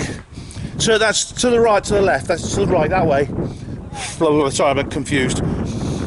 So anyway, then there was a little 15-minute break, and then Steve came back. He talks about, now he says that on the Earth there are certain anomalies, gravitational anomalies, and there are gravitational anomalies, and crossover here. I'm just got to give directions to the others. And electromagnetic anomalies. And wherever those things happen, you get far more UFO phenomena. And then he mentions the skull experiment. Now, I didn't know this, right? This is Firstly, I heard rumours that Robin Foy had died, and I'm very sorry that that happened. Deepest condolences to the other members of the team and to all his family. But I didn't know this, right? But after the skull experiment finished, in other words, when the book ends, the story and the documentary, this is when basically the spirit team say the story is the spirit team decided to end the interaction, and the human mediums and the mediumship circle that ran it decided, therefore, they weren't going to do it anymore. There was a massive psychic backlash, as it's called. Jonathan Downes coined the phrase psychic backlash. To the left, over the bridge. And that often happens. I didn't know that. I have to look into that some more. He mentions Ripperson Farm. Now, this is the second time. The second time. Rhiannon and Michael and myself did something. As soon as you get over the bridge, you'll see it on the right. This is the second time someone has mentioned Ripperson Farm after Rhiannon, Michael and I made the video into the triangle. I can't help wondering if we gave them the idea. I said this to Steve mentioned Ripperson Farm. It's happened again. Who's the last? Who's the last one? I don't know.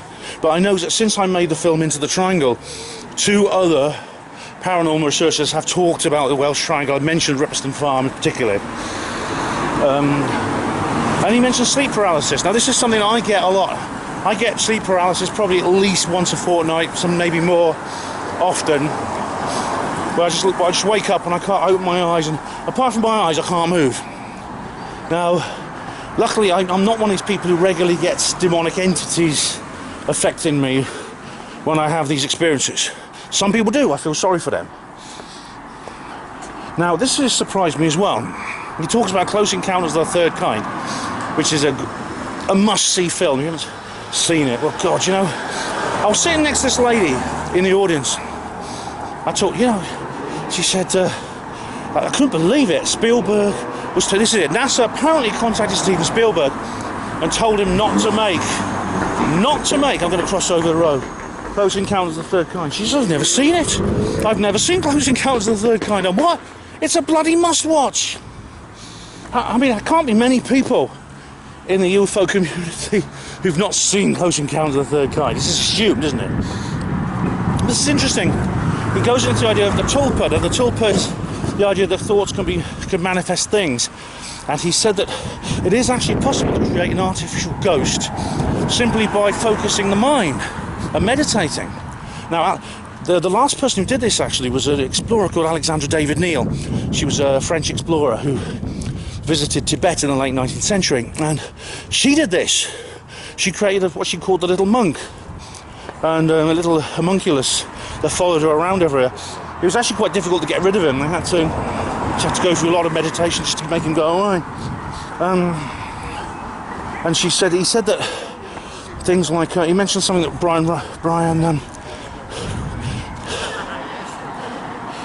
Brian Allen said as well, who's his colleague at Phenomena magazine. In Scotland, some bodies were buried in cast iron coffins that were riveted. Now, apparently it's just to prevent grave robbers. Apparently there was a connection to the Fae, the creatures that we call aliens and jinn or whatever, from actually stealing the bodies. Apparently there's these anomalies, right? There's particular geology underneath the ground. And what Steve has discovered, I think, is very, very interesting. It's absolutely remarkable. It's a remarkable clue that where paranormal phenomena of all kinds, including ufological and cryptozoological, where they occur, there's a particular geology, a lot of iron in the soil underneath. And the UFOs seem to like iron. Apparently, the victims of the Colaris attack, where the UFOs, where they attacked people, they became anemic. In other words, the iron was removed from their bloodstream and they needed supplements to make themselves well.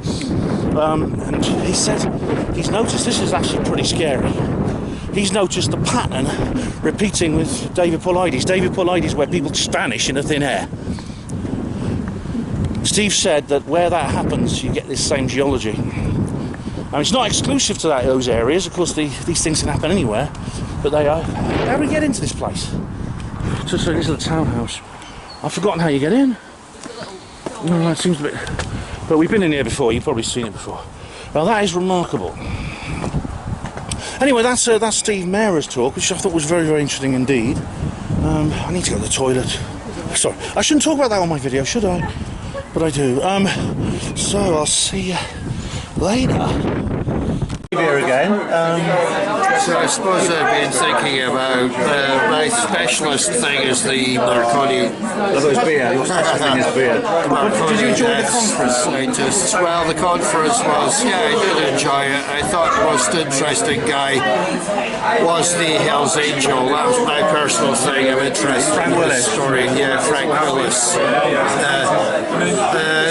does have the interesting things to say, like being like hacking through the Brazilian jungle and shooting at a bunch of guys. And when he got back to civilization and saw aliens on television, he said, "That's the bugs that we were shooting at." Yeah. So I thought that was a very interesting story, and that's personally my thing. I want to find out more about that. And he's had a lot of interesting experiences. So yeah, he's a long-time speaker. He's spoken many times at the conference. He's good. Yeah, I like him. I'll go to a few talks by him. I wouldn't mind him focusing on the Brazilian jungle experience, but he will get sick of talking about the same thing, obviously. Yeah. What did you think of Steve Maher? He did the extra long talk today? Well, actually, I'd had to sort something personal out and wasn't able to be there, so I didn't actually hear that talk. And did you see Neil Geddes Ward in the morning? Yeah, that was really interesting. I would have asked Neil Geddes Ward about the discovery of dead fairies in Bristol. Dead fairies in Bristol? Really? Well, you know that there was an incident where there was a cache of like thousands of dead fairies buried under floorboards. Bloody hell.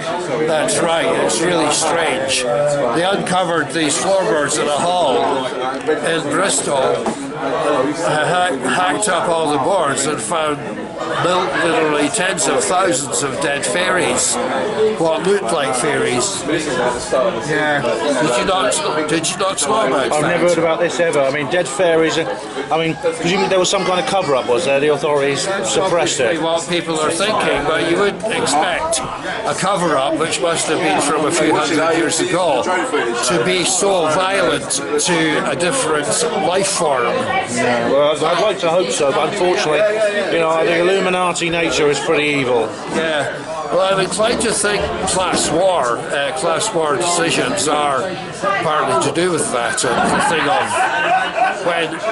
when the economy's doing badly, the bourgeoisie cook up wars to fling populations against each other, and they feel threatened by different societies. As if the fairy society or alien society might expose their hellish plotting. Oh yeah, that's I'm sure that's something they're very afraid of. Well, that's what I think. I'm going to have to look into this a bit more. Dead fairies in Bristol. I mean, I'm sure Neil would be interested in that too. He would. Yeah.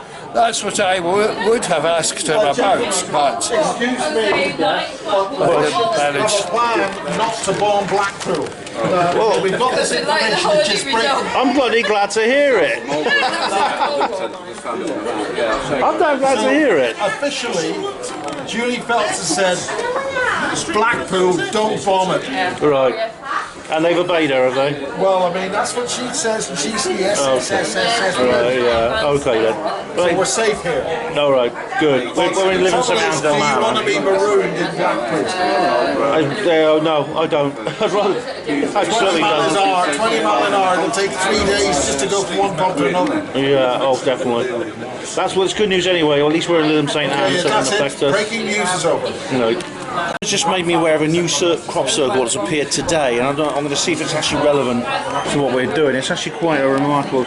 this is not Matthew Williams' footage, by the way. There's Speeded it some up, drone footage, in case you're wondering why it's going so fast. We have an octagon with a standard quintuplet in the middle. They're quite common. What's really weird about it is there's two weird things about it. It's got like a circular saw motif around the outside. And it looks like there's a clump in the central circle, which is actually not. It's not in the centre.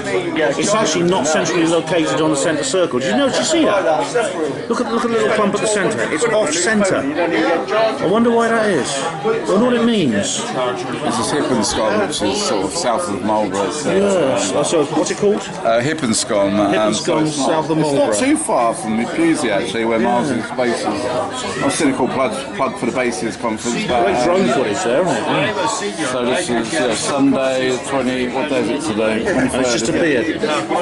Exclusive. This isn't. Well, it won't be exclusive by the time I upload this, but you've just got yourself an exclusive new image of a crop circle. So I think it will show you this bit in the middle. Yeah, this is the most interesting element of it. That little I don't know what they've done to that. They've weaved it slightly. So it's like got a basket weave on it, but it's off centre. That's very unusual.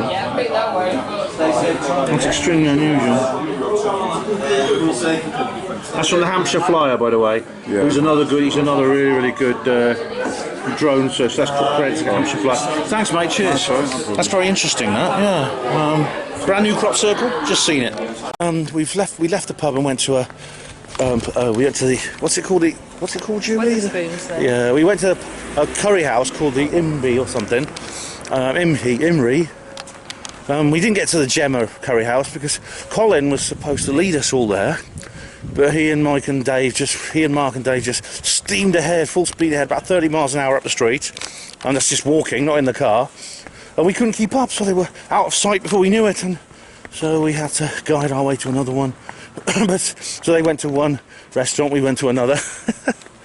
Such as happens when you try to herd cats.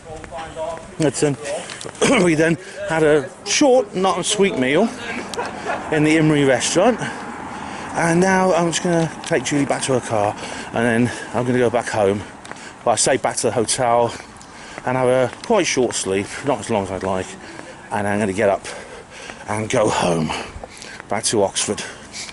So that's what I've got looking forward to now. And I don't get the post-pro blues anymore, you know. I really don't. It's no more than anywhere else. You know what I mean? That's probably a good sign. It's a sign that I'm a happier person, a stronger person than I used to be. Like you, Julie. Did you enjoy yourself? Yes, I did. It was great. Yeah. Are you going to come next time? I am. Oh, brilliant. So that's it. I'm going to head off home now. I'll head off to the hotel and I'll see you later.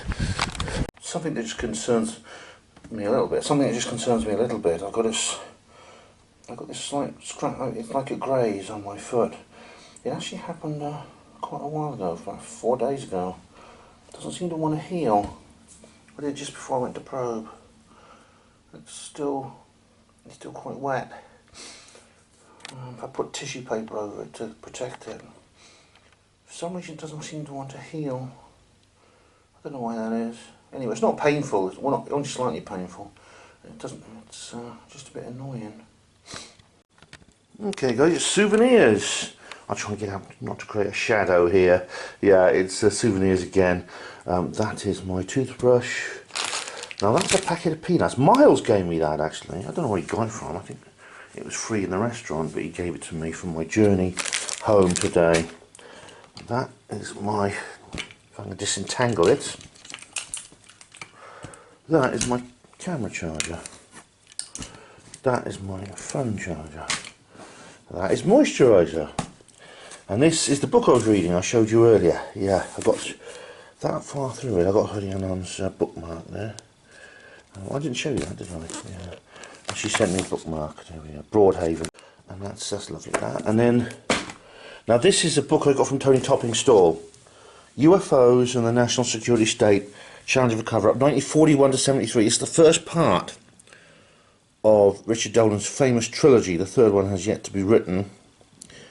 And I've already read the second part, and I've been after the first one for bloody ages.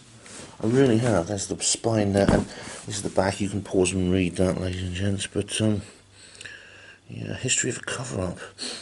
Yeah, I've been. You know, you can't. It's a US price only. I tried ordering this at a bookshop. You can't get it. Can't get it in a bookshop. I tried ordering it from Blackwell's and it's not available in this country. She said it's not available, but I've managed to find a copy, and that is the souvenirs for this particular adventure. Right. Good morning, everybody. It's about 6:30 in the morning. I'm on St Anne's Beach. I'm just departing to them St Anne's, as you see there. It's a beautiful sunny morning, fresh air, the sea, the tide is out. I'm decided to walk along the beach, at least just for the first part of this journey. I'm not going to do the Blackpool bit on the beach, because that was a bit of a disaster last time. I've left 3 hours this time to get to my destination, which is Liverpool Central Coach Station, because there was a bit of a debacle a couple of years ago. I ended up running so late I had to get a taxi or I missed the coach. I underestimated the time it would take me by walking along all the beach all the way to central Blackpool. I'd like to tell you I was feeling cheerful. I'm not. I don't get the post-pro blues anymore, like I said. That's a good healthy sign on my part. But I feel bloody awful right now. I do feel pretty lousy. Reasons for that: bad insomnia last night. Probably because I went to bed quite late, as I do when I'm on these holidays or these missions, and partly because I was feeling stressed. It was the end of the conference. Minor debacle last night, which I've already sort of outlined to you in a humorous way. Preyed on my mind a bit. I mean, I really, something I really despise about myself. It's one of my huge weaknesses. I find it hard not to be oversensitive to what really ought to be minor issues that I should shrug off or learn to shrug off, and I'm working on that. I already told you how, well, when we left the townhouse, we didn't all go in one group towards the place we wanted to go next. Our original intention was to go to the Gemma in Curry House. We ended up split in about 3 or 4 different groups. Some of us went to the Gemma, the rest of us went to the Imrie Curry House. Some people went elsewhere. I don't know where they went. And that's it's really difficult because I had it wasn't an argument, but one of the guys who went to Gem was a little bit indignant because they were supposed to be leading us. I mean, I got the idea they were supposed to be leading us, and of course, as we left the townhouse, they strode ahead. Colin was with them. Colin's a very fast walker, and they strode ahead. Before you knew it, they were over the bridge, and I couldn't see them. So that's when someone else, I think it was Selena. No, was it Selena? Someone else suggested another place which they knew opposite the Spoons, and we just went there. So we went to the place opposite the Spoons pub, and I said to one of the guys, because we met them, and I was dropping Julie off just after I filmed that bit with Julie last night. I took her to her car, and she went home in the car. But she left her car at the venue, so I had to walk her up there. And he said, "Oh, well, you lot were just hanging around gassing." And of course that's not true. It's one of these things where I didn't say anything at the time, and later I thought, this happens to me all the time. And then about 10 minutes later, when they were all gone, we said our goodbyes. I think, oh, that's not fair. And we weren't hanging around gassing. What happened was, I couldn't walk. We were actually all moving in the direction of Gemma at first, but I was with the old ladies, these 2 old ladies, and they can't walk very fast, so we couldn't keep up. But I didn't have a chance to say that. Well, if this person's watching the video, I'm not angry or anything really. It's not a big deal. As I said, I said, it's impossible to get everyone to go in one direction. As I say, it's a minor issue. It's a minor issue that I need to learn to shrug off, I think, and not take so seriously. It was a misunderstanding, really. There's no malicious intent. It's possible he couldn't see what we were doing. He didn't actually see what we were doing.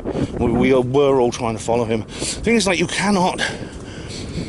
we're not a military unit.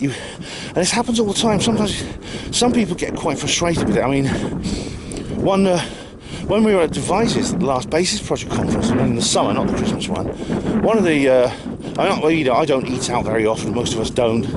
One of the people with us is a seasoned sort of like restaurateur, and she got quite frustrated with people because she said, okay, we're going to go to the Chinese now, and then, you know, not everyone was there. Some of them were in the toilet, some of them were playing a game of pool, some of them were doing this, that and the other, and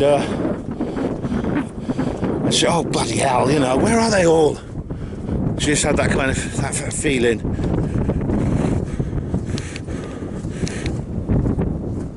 And it's impossible, you know, it's impossible actually to, I mean, I'm not going to use the herd cats analogy. It's impossible to get everyone within the group to move in a certain direction at one moment.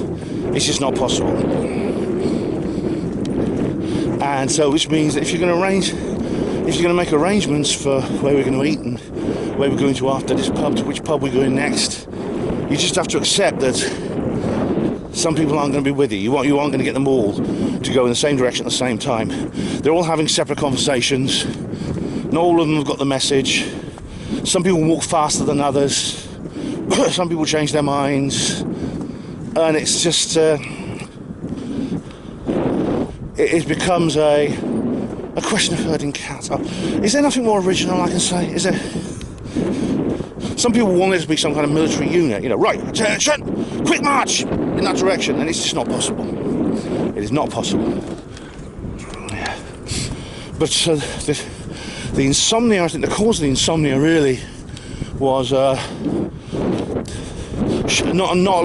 short night's sleep, knowing I was going to have to get up and do this long walk with the pretty, you know, trying to think, well, I mean, I could have got the bus, but I don't even know if the bus still takes cash. And of course, if I wait until like 8:30 and try and get the bus that doesn't take cash, I'm screwed. So I thought, I'll walk here. Just the pier behind me there, saying goodbye to St Anne's. It was also, I mean, I texted a friend and she said, oh, it's post-conference blues. Yeah, maybe I am, you know, I now have a long coach journey ahead of me, an 8-hour coach journey actually, almost. At least I don't have to change at Preston this time. I have to change at Birmingham. Oh God, I've got to go to Birmingham. Yeah. It's not even that bad. Birmingham coach station is not as bad as the railway station at New Street, but at least I have to change once. I could sleep, but I can sleep on the coach actually.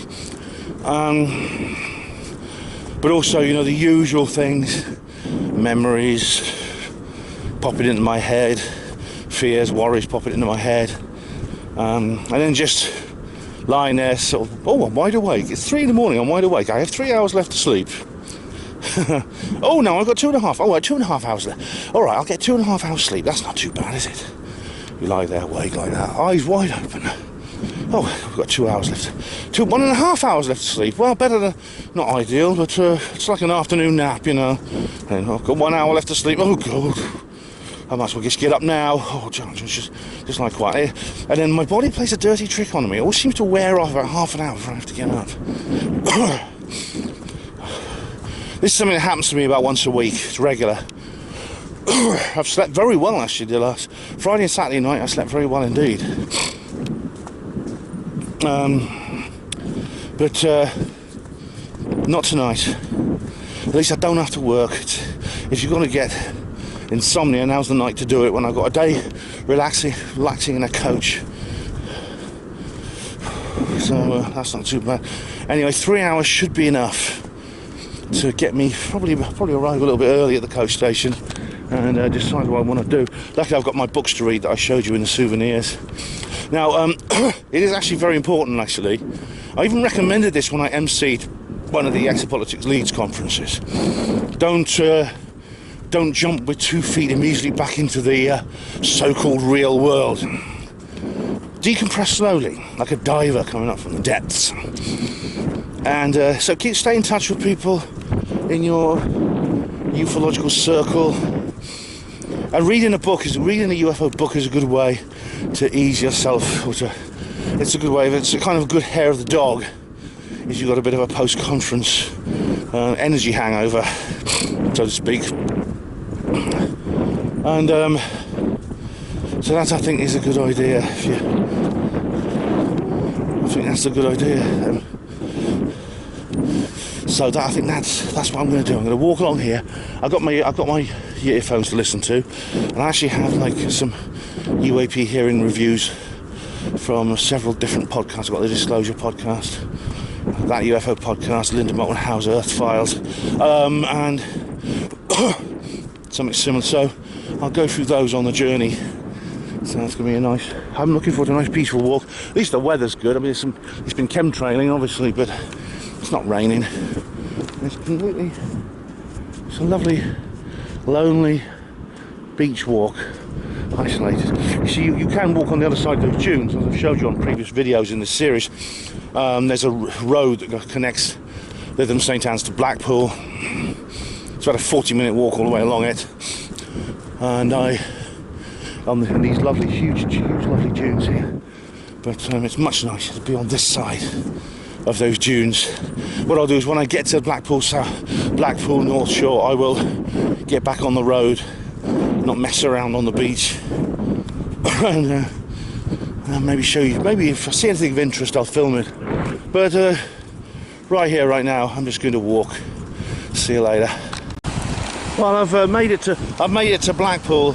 It took me less than an hour to walk actually to here on the South Shore, and I was surprised to find that someone's actually managed to capture a Tic Tac, and they've mounted it on display here, ready for disclosure. See it there. Now, the real irony of this Tic Tac, whatever it is, being here, is that it's in a part of Blackpool which has the most unusual name. Do you know what this area of Blackpool is called? I kid you not. Stargate. S-T-A-R-R, and a new word, gate. You couldn't make it up. Just when I thought nothing could surprise me, I have been surprised here at Blackpool Central Coach Station. There's this fortified compound here, presumably containing some kind of extraterrestrial biological entity or something. There's an entrance. Let's have a look. Can I get in there and see the Ebens? The Ebens? No, I can't. It's a cashless, fortified toilet. I don't believe it. I don't really believe it. I don't believe it. You go in there, you go out the other side. Yeah, there's the entrance on one side, and the exit is on a fortified toilets. Danfo's the company that does it. Can you believe it? Here's toilets. Can you believe it? In Warrington, they have a bus shelter, which is open to the air where you're not allowed to smoke. And in Blackpool, there are toilets behind a picket fence and an electronic turnstile. And people say the world hasn't gone crazy. If that's not crazy, I don't know what is. One of the worst things about Oxford is how pubs keep changing their names. This used to be the Gloucester Arms, and in fact it was the Gloucester Arms for about 200 years. Then it's now changed its name into the White Rabbit. There's a pub over there called the Red Lion. It used to be called the Brew House. Yeah. Welcome back to Oxford, guys. Oh, if that's the right word. Yes, I'm back in Oxford. The conference is over. Back to the so-called real world. I've got to think about things like shopping, organising work, and things like that I've got to do this evening. But I will edit this video and I'll hopefully upload it before the end of tonight. Should be quite easy to edit actually, so everything's in order. Yeah, it is a quite rough jolt when you get back to the play into this sort of like end of conference kind of mindset. Now, I don't get the post-pro blues thing that I used to, as I said, but it's still all, you know, you get this end of a conference boo-hoo kind of thing. Although I did sleep a lot on the coach. I slept all the way to Birmingham basically, and then after that I read I finished the Alien Investigator book. It actually gets quite a bit scary towards the end. If you've read it, you'll know what I mean. And I started on the UFOs of the National Security State by Richard Dolan, Part 1. It's the revised edition. So I sort of want to keep myself in that frame of mind. I've actually got a Richard Dolan audio to listen to on my earphones in a minute, so it's not too bad. Anyway, guys, as we come through this little alleyway, it's not more to add really, except it's been good. It's a conference that's, I think, one of the best things ever that it happened, because it was a conference that was my favourite. The original Probe conference, the first one I went to, was my favourite. It disappeared, and now it's back, and that gives me a lot of happiness. So it was a great success, and it deserved to be. Let's hope it carries on, so we can all enjoy it for years and years to come. And I want to say thank you to Paul for organising it. Thank you to all the delegates. Thank you to all the speakers. Thank you to all of Paul's team, his brother and his friends who put this all together. I look forward very, very much to the next one. You can be sure I'll attend. Thank you for watching Hapanwo TV. Hospital Porters, pride and dignity. Stop the New World Order.